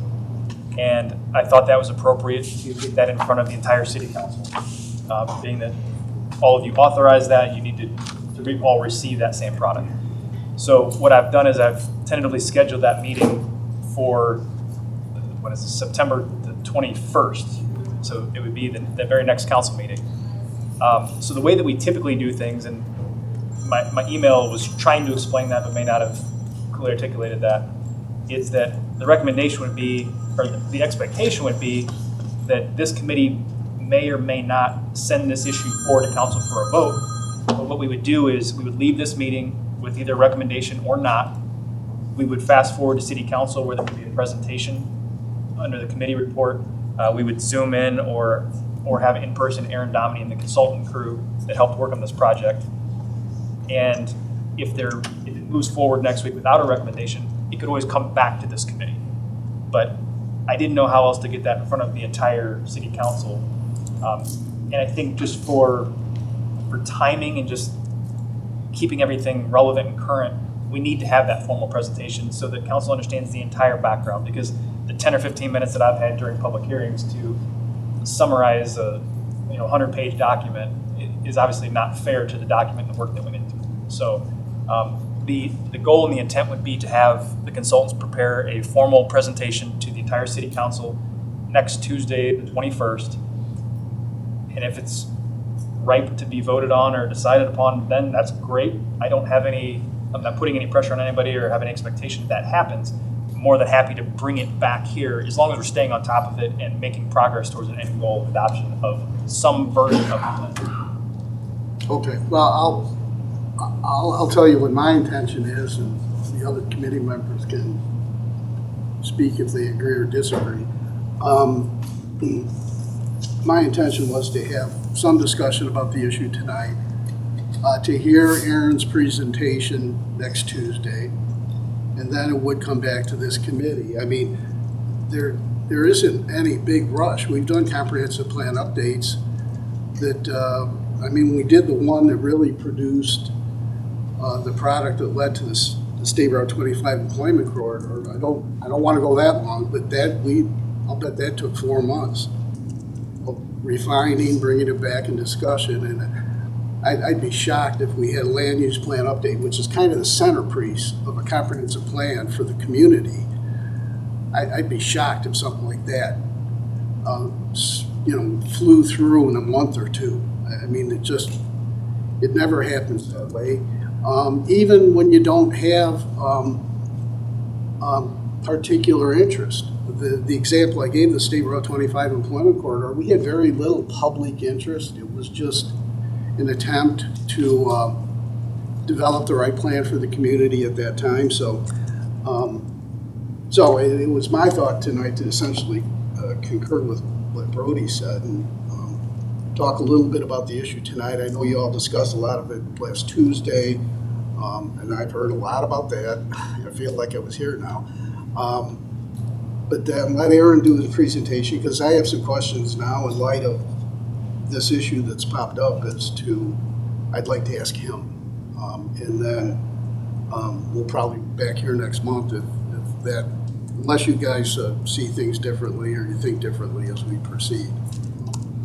There are aspects of this plan I want to reflect on, but I thought tonight we should focus on the heights, because I know that was the issue, I think the only issue that generated interest last Tuesday. And from what I can see in the emails and all the materials, that appears to be the only issue that's really generated interest. So I wanted us, I don't think we need to repeat everything that was said last Tuesday, but I know Paul has served as the formal or informal spokesperson for the Heights for decades now. To revisit some of that discussion, we can ask any questions we have, make any comments we have, and then proceed from here. And then hopefully we'll all hear from Aaron next Tuesday to get, I'm sure he will have been briefed extensively on the issues surrounding the Heights treatment of his property. But with all that having been said, I don't know if you guys want to think about where we go from here, if that's a satisfactory way to go from here for either of you. Yeah, well, and I would just say, with all due respect to Brody, because obviously you know this like the back of your hand, but I would like to hear from Aaron as well. Absolutely. Just to know maybe where the genesis of his team and his thinking was and is, and before council. So I think next Tuesday would be great if we could do that, and then bring it back, as you said, Tim. And that's the natural process, but we haven't heard from Aaron other than in writing. So I think that's an important step. And before we get into the discussion quite too much, I don't know who's coordinating the logistics for the meeting Tuesday. I don't know if we're going to start at 6:30 as we typically do. Well, I think that's up to Jonathan. I'll listen to whatever Kate may have to say. I was just wondering if we could do a committee of the whole, since that's what Brody is sort of talking about, is a presentation to all of City Council. Schedule that for 5:30, give it a full hour, so that then City Council starts at 6:30. But hopefully a full hour will give everybody enough time to hear the presentation and for at least council to ask the questions that they want to ask, of council. If you want an hour and a half, we can start it at 5 o'clock. I mean, I think rather than just try to put it into council, which doesn't start till 6:30, based on what we're seeing tonight and what we saw last week, perhaps a committee of the whole would be, and we have plenty of time to advertise that. We could do that starting tomorrow, that it would be at 5:30 or 5 o'clock. And I'm sure Jonathan, we could check with Jonathan, but I believe Jonathan would support that as well, as long as Jonathan was in support of that, that might be a better plan for Well, Jonathan. you jump forward to the point that we were thinking alike. I think if you can coordinate, you and I'm looking at Bridget and Kate, both of you, with the mayor and Jonathan tomorrow, they can decide. We don't have the authority to set up a committee of the whole meeting. If they want to figure out format, I like the format you suggested. The main thing is I want to make sure that it's communicated out so that Paul and the folks who are here can know in advance of Tuesday, okay, at 5:30 or 6 or 5 or whatever time you decide on, that's when we're going to have the presentation by the planners. So I'm sure you guys will follow up on that and just make sure then that that word gets back to Paul. And I don't know how in other ways you publicize this. I know it'll be on our website and all our social media stuff. If possible, we're trying to get it into, well, it'd be too late for the Messenger Journal. Yeah, I don't know if you can get to any. No, Wednesday. Oh. Yeah. Okay. Well, yeah, if you guys want to finalize the plan of action and then make sure it gets publicized, that'd be great. Okay. Emailing them now. I will say, I like that plan as well. One of the things I want to, I guess, get out there, I don't want anybody to feel like they're prohibited from coming to this meeting, but I think it's important to know that based on that last city council meeting, it sounds like we had a fire code review of the capacity of this room, which is 82. 82. Including us. It's 82 for the whole, just so that everybody understands. Okay, so I just want to make sure that's communicated to everyone. It's been posted on the doors of this, inside the building, outside the building, and we're working on a communication to send out in general to the general public. Okay, so it seems like there's been significant effort by the Perrysburg Heights to bring people to these meetings. I personally like having the involvement, and I don't want there to be a feeling like we're trying to hide any information from any of the members of the Perrysburg Heights. So if you think there's going to be a crowd larger than that, please try to communicate that to the city. I don't know. I'm not the person that can make those accommodations. I don't know if we can make those accommodations on that short of notice, but I just want to make sure you're aware of that. That's something I didn't know until there was a bunch of people here last week. So, yeah. Okay. So if there's going to be an effort to involve the Perrysburg Heights community, again, you may want to give the administration a heads up and also give the members of the Heights notice that there is a fire code that we have to adhere to. I was wondering if there's a way to have the discussion broadcast on some sort of an AT system. I think that some of the people that ran the country might have been cut off because they were only going to let a certain number into the building, not necessarily this chamber, but into the building itself. I don't know if that's the case because that came in a little earlier. And I'm not sure what the fire code, I mean, obviously we want to be safe and comply with the rules. But if there's some way that people who are interested in, and it's hard really to know how many people might come. Well, obviously this is a matter of great importance to the community. There will be, for all city council meetings, let me start over. When COVID happened, we created for city council meetings a technology where you can call in that works about 80% of the time, and we try to make it work 100%, but technology sometimes doesn't cooperate. We can, because it's the same night as city council, turn that phone number on before the city council meeting. It's not a participant phone number, so nobody will be able to talk into it. But they can hear. But they could hear, and we can advertise that, make sure you get that phone number, and that, so that for that purpose, I think it's a hear only, it's not a participate number, but yes, we can try to accommodate that Tuesday so that people can at least hear. There's not a good PA system, which is what I think you had Not originally any PA asked. system. There, in the sense that there is no PA system. Yeah, no PA system. So not good, non-existent, either way. So we will do our very best to make sure that the phone number is working, make sure that the number gets out there, and make sure that we turn it on for, if we do a committee of the whole, and we'll make sure we let you know as soon as we know, for that, before the city council as well as for city council. Okay, and then the guest presenter, is he gonna Zoom? That's a that's a Brody question? It's been a while since I scheduled that, but I believe he had one in-person meeting scheduled, so I believe he would try to be here in person. Okay, I just wanna make sure that they can hear over the phone call. I don't know how the logistics work with the Zoom presentations and these phone calls, so I just wanna make sure it doesn't. I don't know that there's anything we can do about this, but I'm going to be flying back from Portland on Tuesday. We have a friend who's terminally ill, and we're going out to spend a few days with him. Could you talk tonight, please? Well, it's really important when Mr. Dominey makes his presentation and when Brody makes his presentation, that we'll be able to discuss those issues that are raised. And I'm probably most familiar with anybody on the nuances of the plan and some of the process that led us here.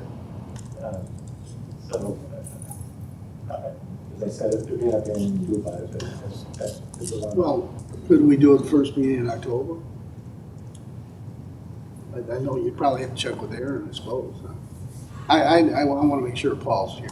He's been representing this project or representing the Heights for literally decades.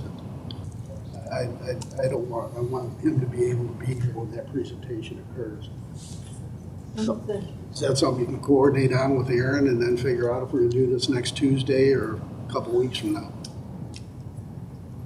So I guess what I hear you saying is that next Tuesday is not an option because Paul can't be here. Yeah, I prefer not to be. So I can't guarantee that it would be the next council meeting after that. Okay. But I can push Aaron off Well, to a future.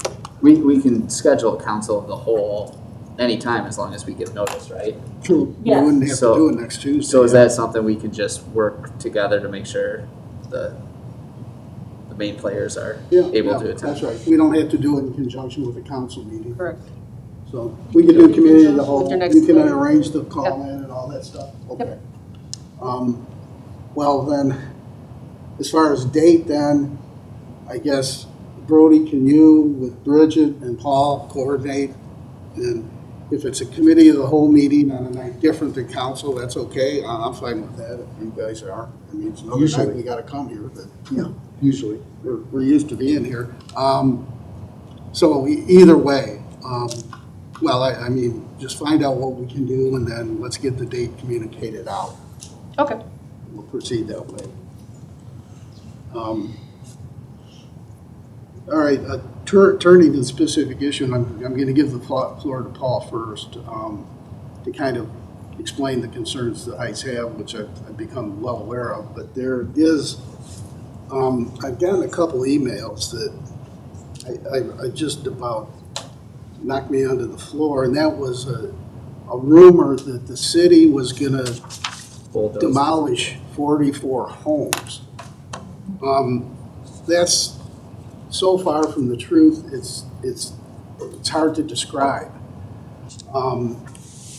This is a land use plan. It's kind of a vision of how development in that area, but in the entire community, to the extent it can, should try and push the development path. I know the vision plan for the Heights called for a green space in the center, which I presume is where people are thinking that leads to demolition of homes. Well, we're not going to annex the property. We're not going to knock the homes down. We're not going to take them by eminent domain. That's just a fallacy. And to the extent people are concerned about that, I would tell you that's not a concern you need to worry about. If you look at the comprehensive plan in the south downtown area, envision where Perry's Crossing is. That entire block, so to speak, is designated for a green space. It'd be like Central Park in New York City, I guess. And I was on the steering committee when that was under consideration. I kept saying, is that really realistic? And the planners kind of made the point, well, no, I mean, the city's not going to go in and bulldoze Perry's Landing. But you don't know what will occur. Perry's Landing may come on the market sometime. It may, whatever. And if that's a planning vision you can keep in mind,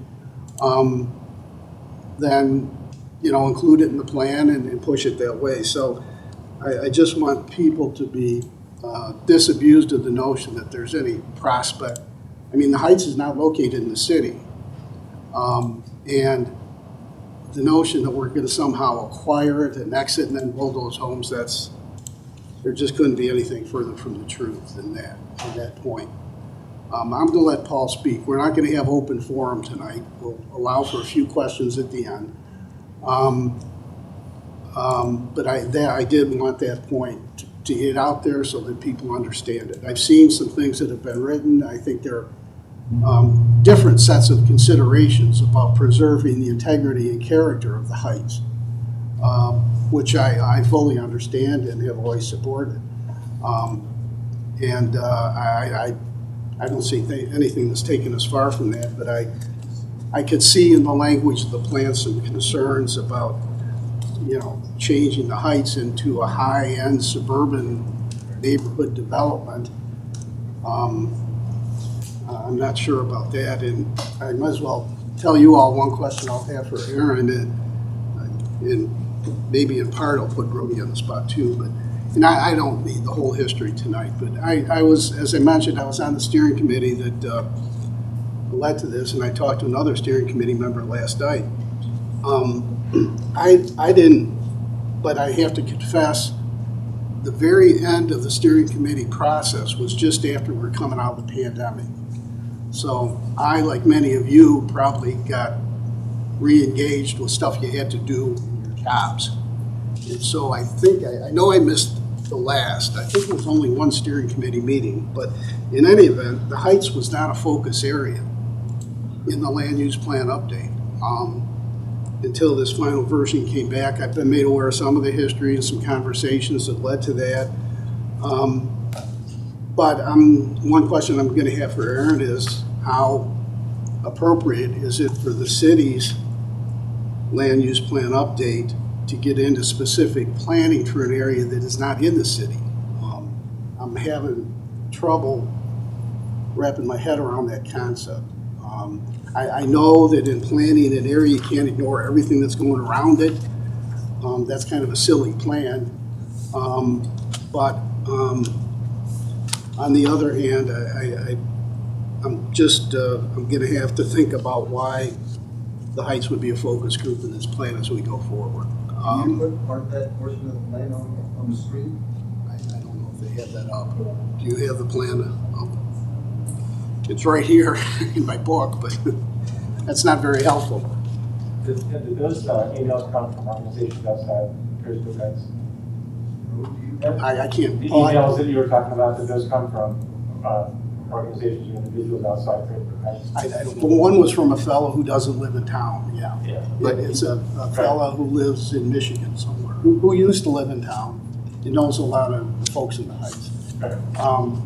And that's, I'm trying to think how many emails. That may be, I think I got 2 that mentioned demolition of 44 homes.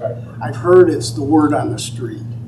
And social media, which I'm not a practitioner of social media, so I don't know. So it's hearsay to some extent, I'll confess. But to the extent, anyone's unclear about that, I just want to make it clear. And I hope we all in this room can help make it clear to people who aren't present here in the room tonight.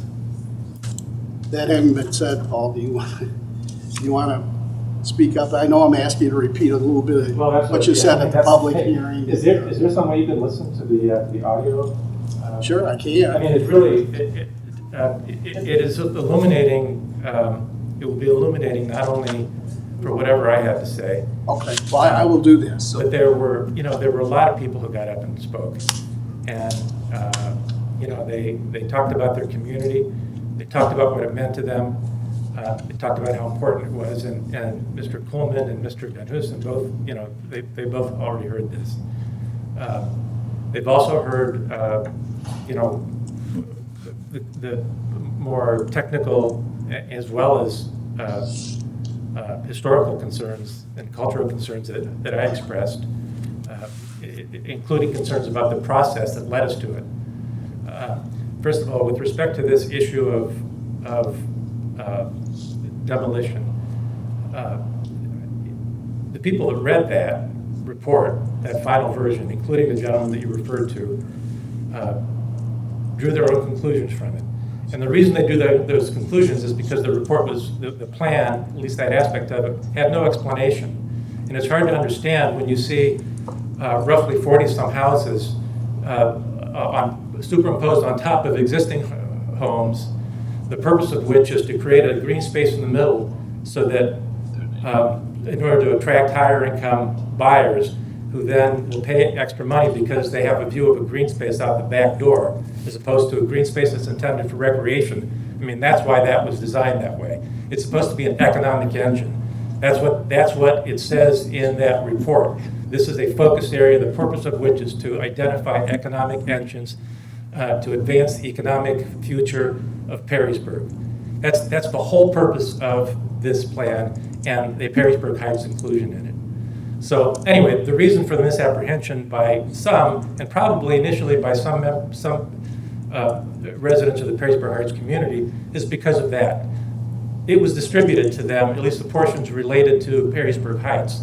And I had the same misimpression, and I'm a lawyer, and I know what the Supreme Court has said about eminent domain. I mean, theoretically, the city could take it by eminent domain, characterize it as a city park, and that might be subject to challenge, but it could be done. As a practical matter, no one believes that that's any likelihood, at least from among residents from Perrysburg Heights, and we've explained that to them. We've also explained, and they understand, and they understood before they came in here last week, that it is very unlikely that even though the city has the authority to annex the entire Heights community overnight, they would be very unlikely to do that. It would be more likely to be one parcel at a time.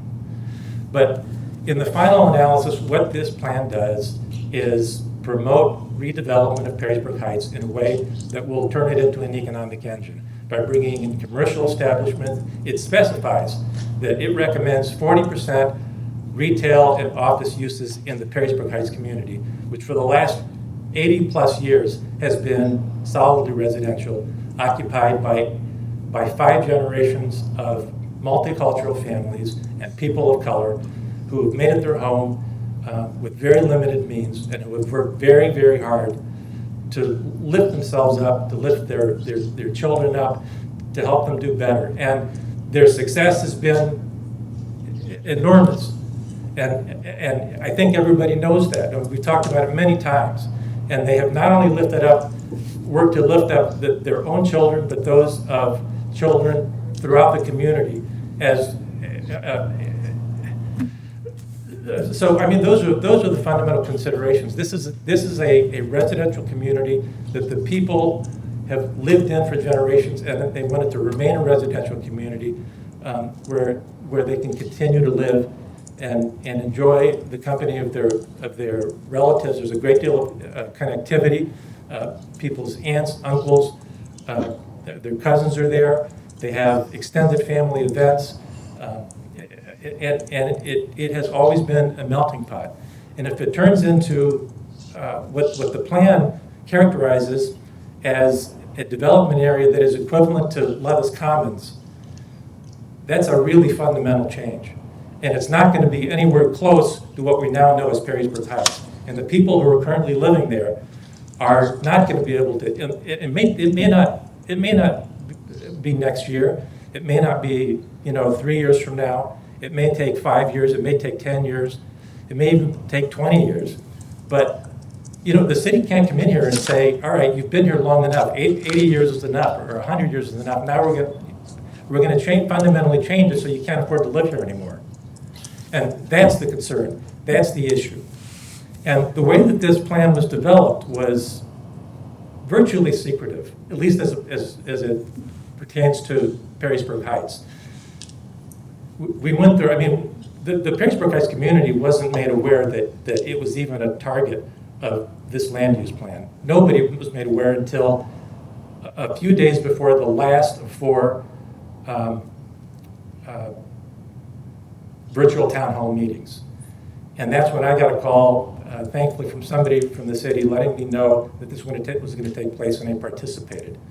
And then the consultants went through in detail every single one of the focus areas and described them at length.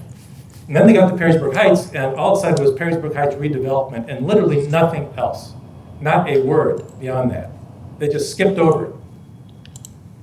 And so I had to ask what that meant, and I got a pretty vague answer about small cottage houses going up and maybe some green space and greater connectivity, things that sounded great, right? A few small houses that maybe were affordable to the people who were already living there, greater connectivity to the rest of the community. We've been talking about that for 3 decades. Maybe a little bit more green space, that's always a good idea. But it was vague. And so then we asked for an opportunity to talk to the consultants. And what we found out was that they were planning to take this large area in the middle. It wasn't exactly clear because we saw it was virtual, we saw it online. And it showed a large area of green space with houses around it. And we asked who would be living in those homes. And that's when Mr. Dominy chimed in and said that will be determined by market forces. Well, market forces are not going to provide an opportunity for current residents of Perrysburg Heights to live there, because most of them are lower income, the vast majority. So that was that meeting, and then we wrote, we sent some correspondence, which you may have a copy of, asking for reconsideration of those priorities, and that resulted in a land use plan, which was issued, and which once again said absolutely nothing about Perrysburg Heights. Nothing. The word didn't appear in the plan. Unless you scroll down to the middle of the plan, which did nothing but show a map. And the map showed Perrysburg Heights next to Levis Commons with both of them colored purple, and then a grid showing that it was mixed-use village, which would be ultimately a change in zoning that would allow 60% residential and 40% commercial, just like Levis Commons. I guarantee you that the people in Perrysburg Heights would not be able to afford to live anywhere in Levis Commons. And if that's what that community is turned into, they're not going to be able to afford to remain. So that was then presented to the Planning Commission. And so we attended the Planning Commission meeting. We expressed our concerns. They said they were going to send it back eventually after the meeting. I had some discussions with the city administration. They said they would send it back to the consultants to address our concerns. And when it came back, you see what's in front of you. I mean, aside from talking about the fact that Perrysburg Heights has roots in the community, it was exactly the same, except it was more explicit in, for the first time, identifying Perrysburg Heights as a focus area, which has always had been, but it was never identified as such or even discussed until we smoked it out.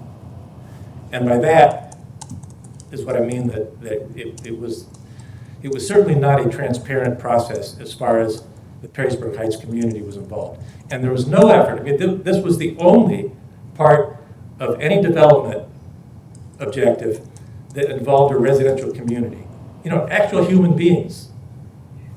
And yet, what did they do to go into the community and try to get input from anyone before they came up with these grandiose plans that would fundamentally alter their lives and their heritage? Nothing. So, those are our concerns. Many points well taken, Paul. The process that got us here, I'm going to try and, I know it's a concern for your people, the folks in this room, but I'm going to suggest we try as hard as we can to put that behind us. Fortunately, you got here in time, although this this would have come up anyways. As I said to you before, it wasn't a focus area for the steering committee until the very end. And it kind of got into a curious little world. But I'm sorry that it went that way. And I understand why people would look at that map and say, my God, my house is right where they're showing the park. Now I, as a steering committee member, knew that wasn't, or no, that's not a concern, because I looked back, we did the same thing downtown.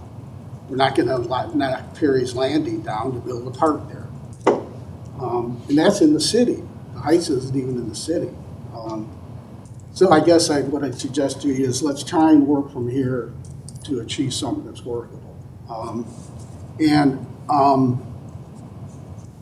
This is an aside, kind of. I don't think it's directly an aside, but in your letter you wrote in May after you met with the consultant, you referred to a grant, the Heights Community Association, a $500,000 grant to make some improvements. I'm interested in that just because some of the talk in here is laudable. As you said earlier, yeah, more green space, that's a good thing. Better connectivity to the Heights Community Center, that's a great thing. I'm sure everyone in the room would say that's a great thing, depending on how you get there. But what was the $500,000? Did the grant come through, and what was it intended to help with? Oh, it was a natural resources. Revitalization grant. Okay. It was a state natural resources grant, and we applied for it jointly with Perrysburg Township. It was awarded. We used it to put in. There were concerns about traffic going through, and the absence of appropriate lighting.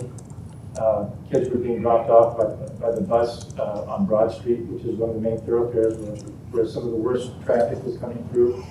So we used the money to put in the sidewalk and to put in additional lighting to really nice lampposts that make the community look like, begin to look like other neighborhoods around Perrysburg. It was also for the purpose of building a very large outdoor pavilion so that a lot of these families have extended family events. This would allow them to gather, under a covered area. So we got that built. Our parking lot had been turned into Swiss cheese by the trucks trying to go in and out of our neighbor's parking lot. So we got that repaid. But primarily, and we arrived at those uses after having a series of 6 community meetings with the residents of Perrysburg Heights to determine what their highest priorities were for use of that money, and we made the decisions based on what they said. We had about 20 people show up at each one, and as I said, there were 6 of them over a period of a few months. I was just curious, and that money did come through, those improvements that were made? Everything has been installed and it's done. Okay. Is the outdoor pavilion at the center? Yes, it's set back a little bit. Where the playground is? Yeah. It's right behind that. Oh, okay. It's already been, pretty actively used. Driven by there, I got to get a little bit better observant. Yeah, well, that parking lot looks like a brand new community center. Okay. Tim, if I can respond to please do. Some of Paul's comments. Throughout the process, I've done my best to keep in communication with Paul and pass him the documents and things that I could, knowing that they're obviously an interested stakeholder in this. But I think at the same time, we have to be careful about using words about secret meetings and smoking things out, getting to the bottom of what's really happening. I think those are well-intentioned but dangerous words. And I can assure you that we have spent a fair amount of money, time, and effort to make sure that we held meetings that had low attendance. We held them again. We've written additional change orders and POs to try to accommodate some of those things. And what I will say is that Perrysburg Heights is not in the city of Perrysburg. So in a plan like this, it's not entirely unusual not to go out and directly consult with folks that are not within the jurisdiction that the plan is being done.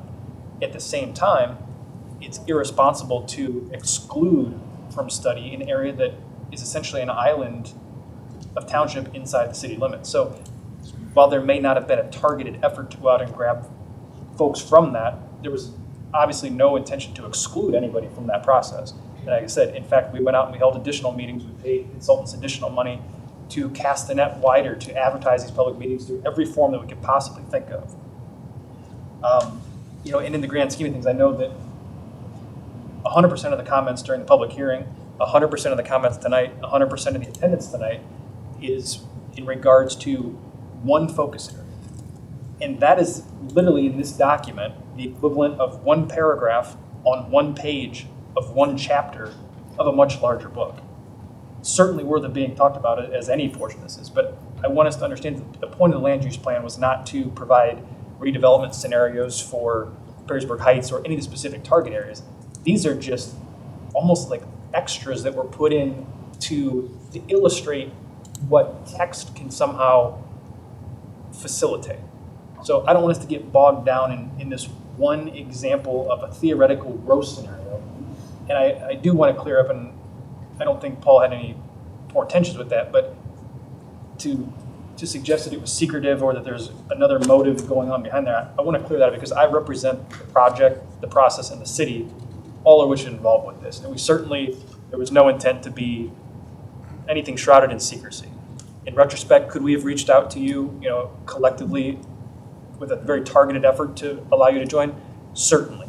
I don't know that we did that with any group. We just cast general nets as wide as we could and hoped for as large a turnout as we could possibly get. So. Well, and I know from my participation on the steering committee that what you said is right. There were sometimes you come back to us and say, well, we had very little attendance. But keep in mind, all this net casting, if that's a word or phrase, was occurring right in the middle of the pandemic. And even though we were doing it virtual a lot, people just weren't syncing up, words weren't getting around. Maybe that's where some of the notions of secretiveness come up. But it was a challenge during that entire process to get public input. And I remember you did go out, but we'll also recognize that we didn't specifically cast the net out directly at the Heights. It was always to the community at large. But the other thing I do recall is we were working through these drafts. We always had the three focus areas, that we discussed. I don't know if the Heights focus, did that get back to steering committee or did that come post steering committee? That came post steering committee. So the overall land use plan and the types of development that the community wanted to see was done through community input. So it was generated after conversations that we had with Paul to push a little bit more about what that map could mean, and what some of these ideas could look like. The consultants went after the fact and came up with this scenario, which I think, I've had conversations with the consultants, I think you'll get a very different take on what the intent was. I certainly understand how it was received.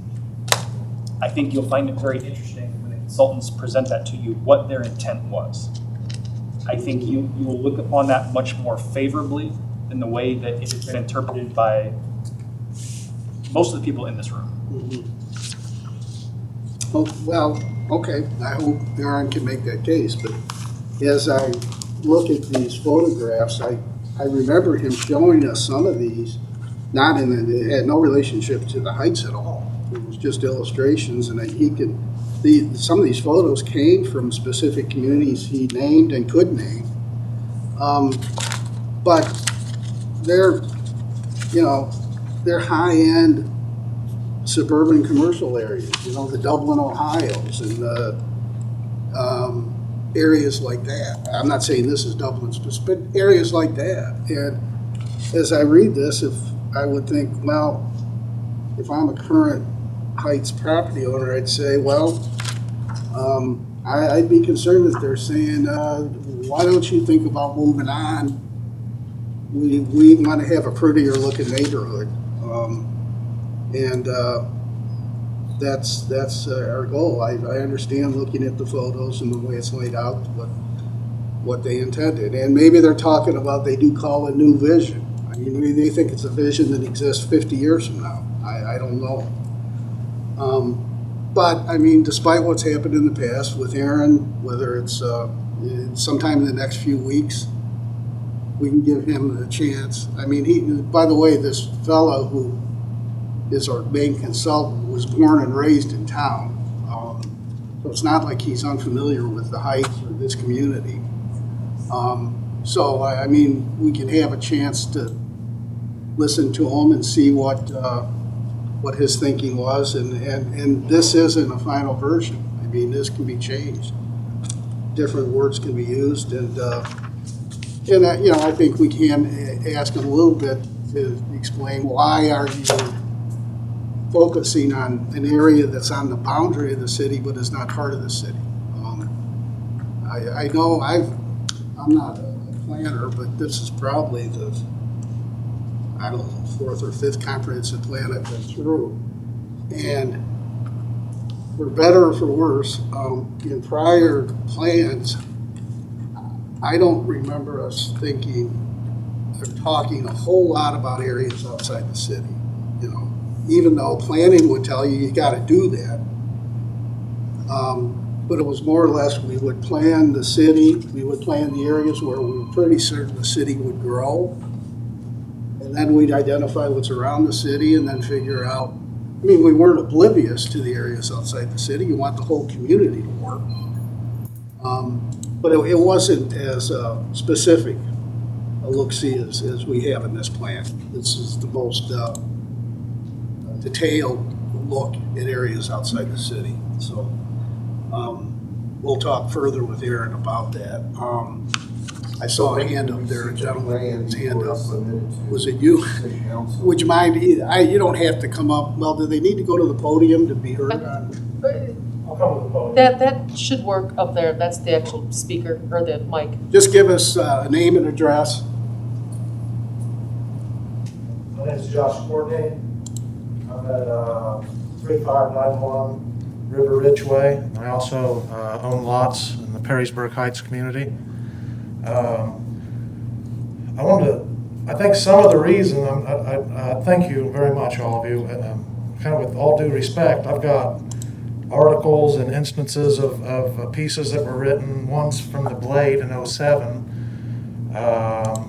where the acting law director indicates that Perrysburg Heights, based on a recent Supreme Court ruling that gives cities the ability to annex based on the providing or facilitation of water and sewer, that it gives them that right, and that Perrysburg Heights is one of the areas that the city will go after. It says that specifically in the report.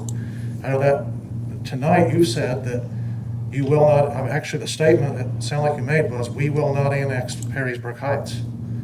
Now, we look back through the minutes with that, but that's what so many people are concerned that we don't know, where there's all kinds of different statements that are being made. A previous zoning, I think his name was Thielen. Mr. Thielen at one point indicated that Perrysburg Heights is unique. It should be preserved. Also indicated in an article that was written that at the time Perrysburg Heights is annexed, if and when it happens on that day, that the residents can rest assured that the community will remain residential for as long as they like. But even that's not true. I mean, if we look back year over year at a topographical, we'll see that the 25 corridor is encroaching on the actual Perrysburg Heights neighborhood. And there are existing and continuing basically violations of the planning and zoning for those commercial properties. There's not appropriate buffering between some of those commercial properties and residents. There's some residents that have commercial operations directly across from their front door. So that and I know there's some services, there's some businesses there. I mean, there's welcomed services there by the residents, I know. But when those commercial needs say, well, we need a parking lot extended behind, and it results in a single wide trailer that no other lot owner in the community can now install on their lots, when that commercial need results in the movement or the bringing in a different unit or moving that to another spot, it basically just says, well, planning and zoning doesn't really matter unless, if there's it matters when we say it matters, but none of us can use a single lot. There's lots of owners in the area that have single lots. They're kind of locked in. There's nothing they can do with them anymore since single wides are not, not a usable, format or footprint in that area anymore. So I think over time, I think you'll find that a lot of it, and as much respect as I have for all the work that goes into the plans and how thoughtful that a lot of folks seem to be, I think a lot of the kind of doom and gloom is self-inflicted by the planners or by the consultant. I actually think I've tried to make myself a student of the actual master plan, I'll call it, in the last couple of weeks as much as I could. And I think there's opportunities that are being missed. I don't think, obviously, that the Heights can stay just exactly how it is for all of eternity. I think there's large areas that are owned by private, either investors or residents in the community that may at some time be sold, entire blocks or half of blocks that if they can't get housing in there or if they can't get some type of grant to help bring more units in, something's going to happen with those at some point. So I think there's an opportunity that maybe everyone's missing, that if you look at that master plan, for instance, and the thought is to pair parks with schools, elementary schools. The thought is to make walkable, bikeable paths and trails. Instead of having a green space in the center of Perrysburg Heights, if the area directly behind the city's facility on Roachton Road, it's a 10, 15 acre green space, if that were a city park, then Bridgefield would have direct access to a city park. The apartments across the street on Roachton, they're already using it. They're using the new path to walk across Roachton in front of the city building through the community garden, which should stay and be expanded, and they're using that green space. It would also connect the Perrysburg Heights community to the green space. So now you have a park with trails with 3 communities, and what would be better to bring a lot of the residents in to make them part of the plan than to put a new elementary school in the Perrysburg Heights community. Pair it with the community center that's already there that does so much. It would just that plan, just one of many, that would improve all the kids on that side of town. You'd no longer have kids going from, some kids live next to each other basically, and one's going to this elementary school and the others are shipped to Toft. So there's an issue already where we're growing quicker than I'd say we're doing the best we can, but we could get ahead of the growth and do things that make sense. And I think Levis Commons, I think Perrysburg Heights, I think Bridgefield, I think the 73 acres for sale and the folks that already live in high-density housing there could maybe get behind a plan that's actually kind of thoughtful and good for everyone. It fills out a need for the residents. And I think the residents and the Heights also would possibly say they don't want to be greedy with their heritage. We all know it's special and they've got a unique story. And that I think there could be residents there that would happily move in the same community in Perrysburg Heights into single family attached. If there's a whole block that's open and the city would work to put housing that's appropriate for elderly or someone that maybe can't quite take care of the yard anymore, I think there could be these opportunities for everybody to kind of come together and really think what could be good for the city, or how, a school here, we could work in a square around that quadrant. Buses would never have to run on Roachton or run on 25. So that's where when I read it like everyone else, I kind of miss, where's the actual, I understand it's an overall land use and we might do this and might do that. What about now? What can we do right now? When I moved to the area about almost 3 years ago, and what I see in Perrysburg Heights, before I saw the lots there, I think, wow, what a shame. Where's their sidewalk? Why did they have to buy the lights? So is it a breakdown between, well, that was the township and they didn't do it, and it's kind of like we have two entities that should really, I think, be working together to say what can be done now, how can we make it a little safer, let's help them with some lights, let's do the things we need. And the last thing I'll say is that long term, this community is positioned, I think, better than any other. I've got another statement where another person indicated, yes, there's manufactured housing in Perrysburg Heights. And he goes on to indicate that there should always be this type of opportunity or option for folks in Perrysburg.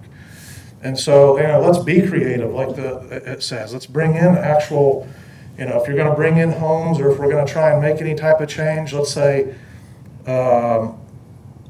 new manufactured homes that are in the style, smaller footprint, double story, have a garage. I think there's things people can get behind. And these residents have lived elbow to elbow for generations. They're not going to be upset if there's only 6 feet or 10 feet between houses that they will, houses or domiciles that they will end up owning. They don't want a big expansive yards and kind of McMansion style. The only other thing I would ask is, in my mind, there's still a question of whether or not the city has the immediate right to annex if they so choose. And in the 99-year agreement with the township, because they have partnered with the township, the city, and Northwestern, is that the mechanism that the city required to be able to say, yes, if we want to annex tomorrow, we can, and we're just choosing not to? Or, and I'll sit down and let you answer that if you'd like, unless you have any questions. No, I get your take. You kind of touched on the real challenge of community planning, because the issues you identified involve, you're right, it's a division between a city and a township, two separately governed entities, and a school board, a third separately governed. Sure. So yeah, it gets complicated. But to the question of whether we want to annex, it's my understanding that we could.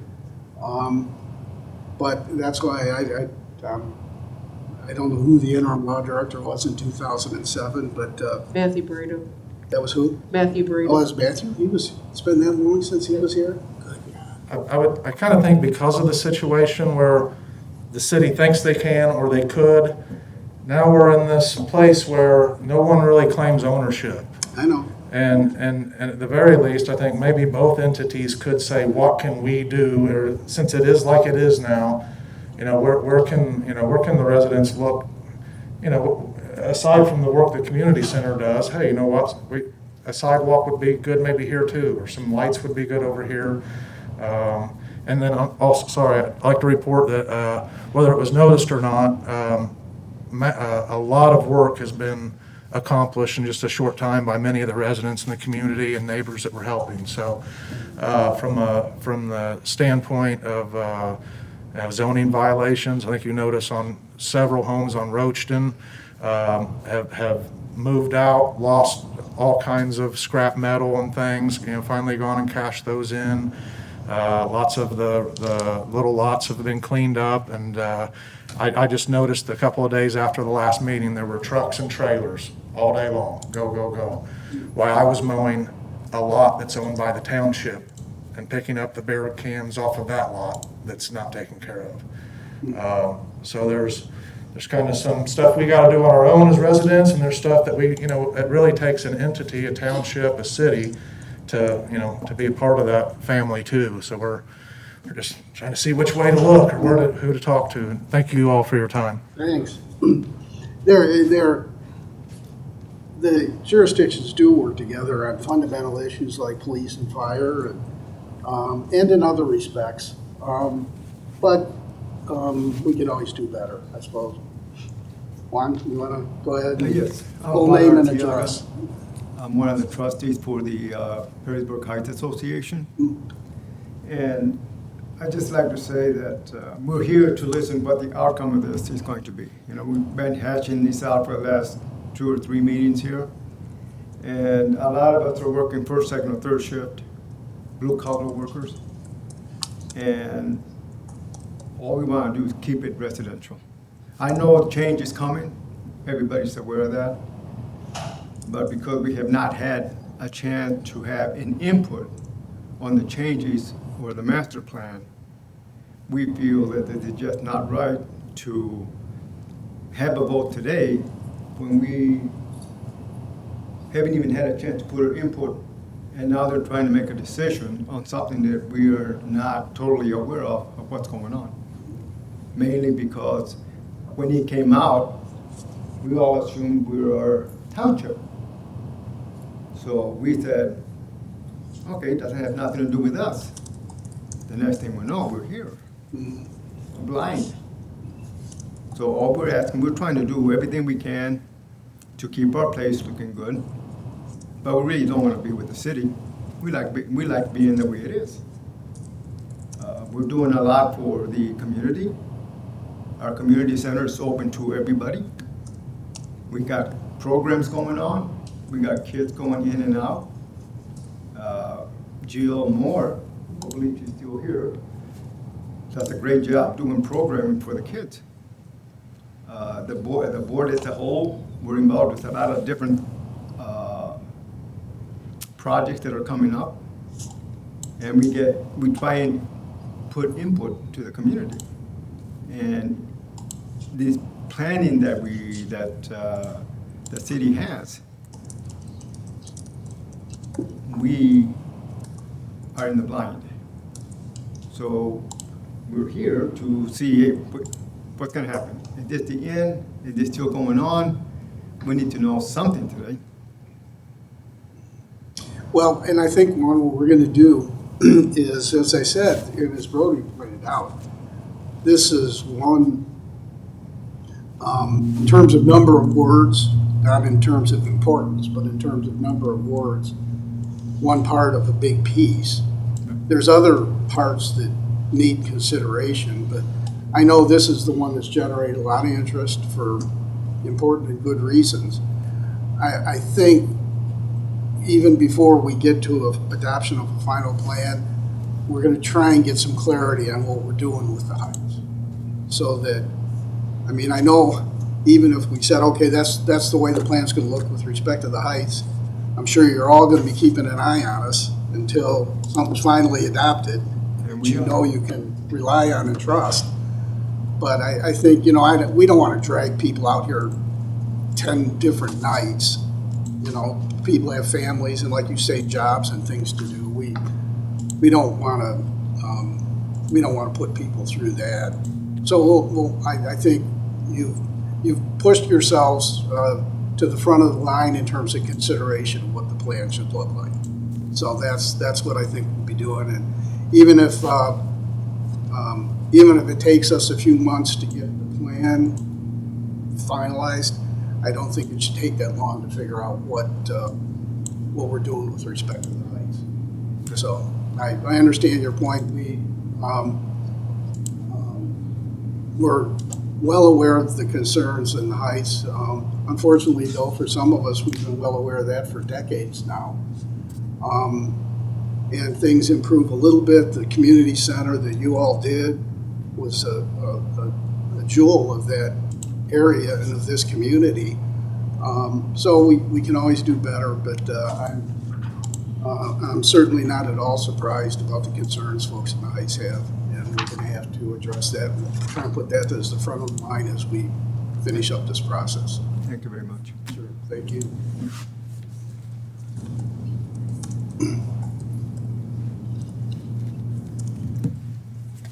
I'm not from the Heights. I live on East Fifth Street. And I am just as concerned about what's happening in terms of the plan as the people who live in the Heights, although it does not affect me personally in the profound way that it affects them. Because of time, I will just send you the email of what I was going to say, which really echoes a lot of what I've heard tonight, which was the people in the community, which was the only one in the plan that involves a full residential area being transformed a lot, were not consulted. When I started looking at the plan, I wondered about that, and then when I heard about some of the concerns, it was confirmed for me that the planning process was a problem. There are additional problems that I think as we address this as a city, and including annexation, which I had included in my email or my statement, which I will send, as recently as 2013. Former Mayor Evans talked about, we're starting the annexation process and we're going to talk to the residents. We're talking so far, it's going well. They're pleased with what we're discussing. And I think that it's a privilege, that a point of privilege to say, and I mean no personal disrespect, but it is a point of privilege to say, please put behind you that we didn't consult with you.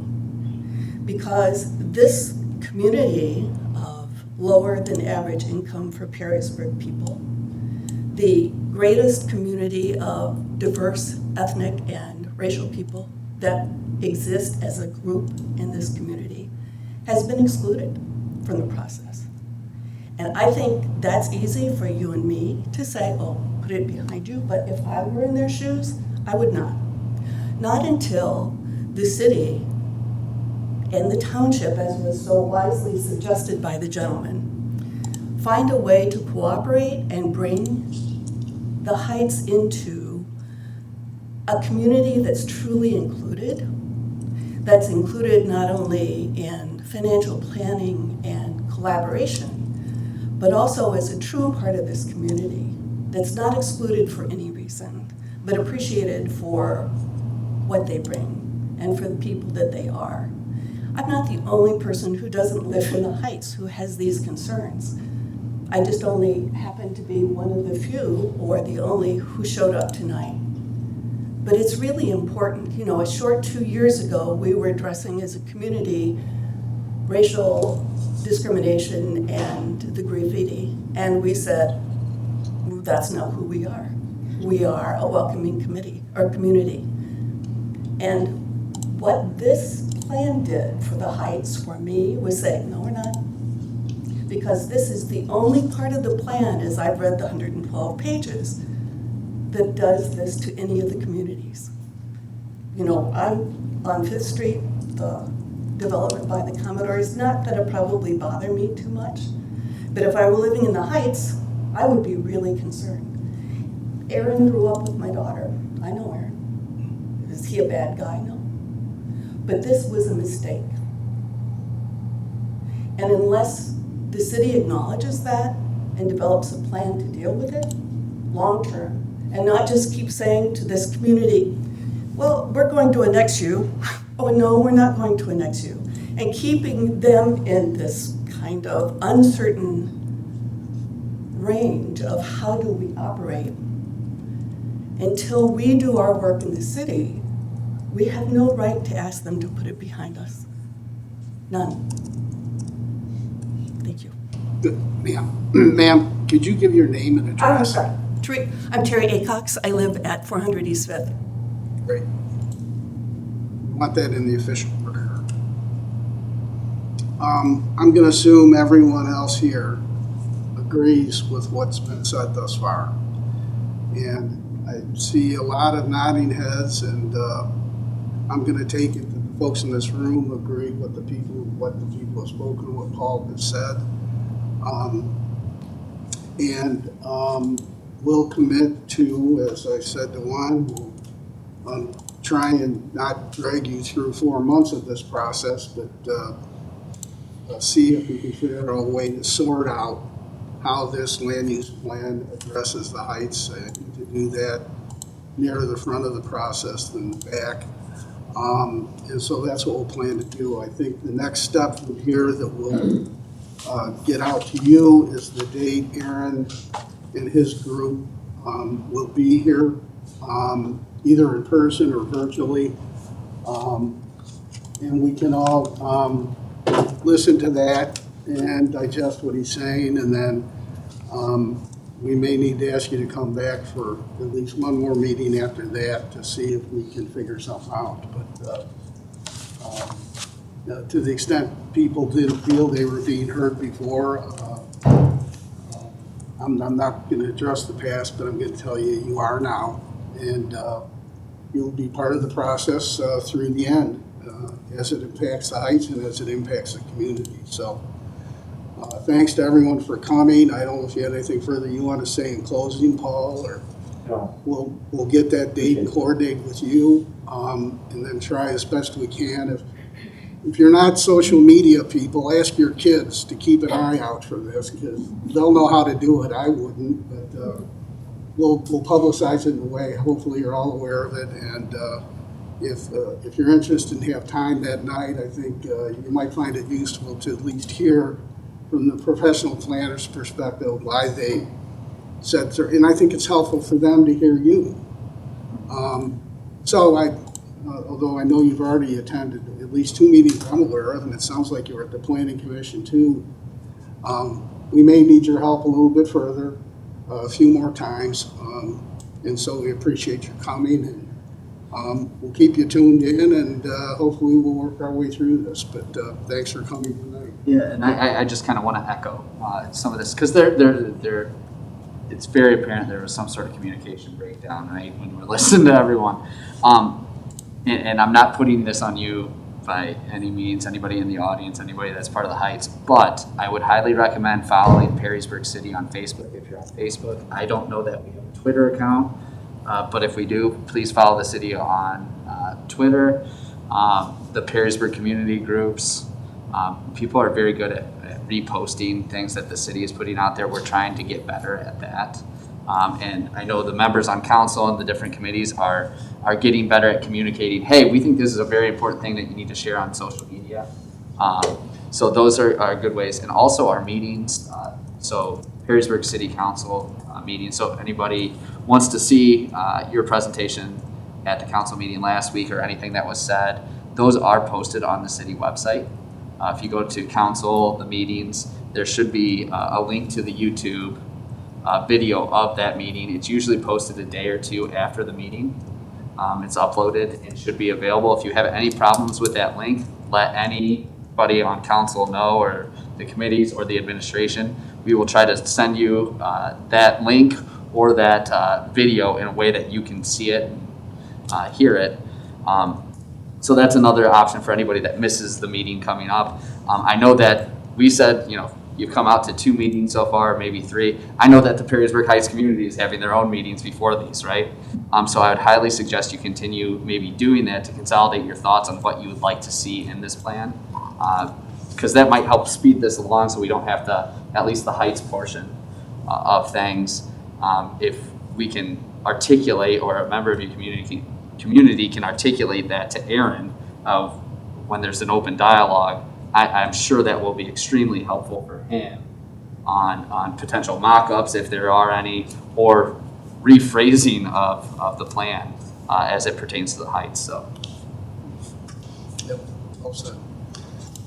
All right, as I said to the groups earlier, we have additional items we have to go over. They're really fascinating if you want to stay, but you're free to go if you've got better things to do with your time, and I hope you do.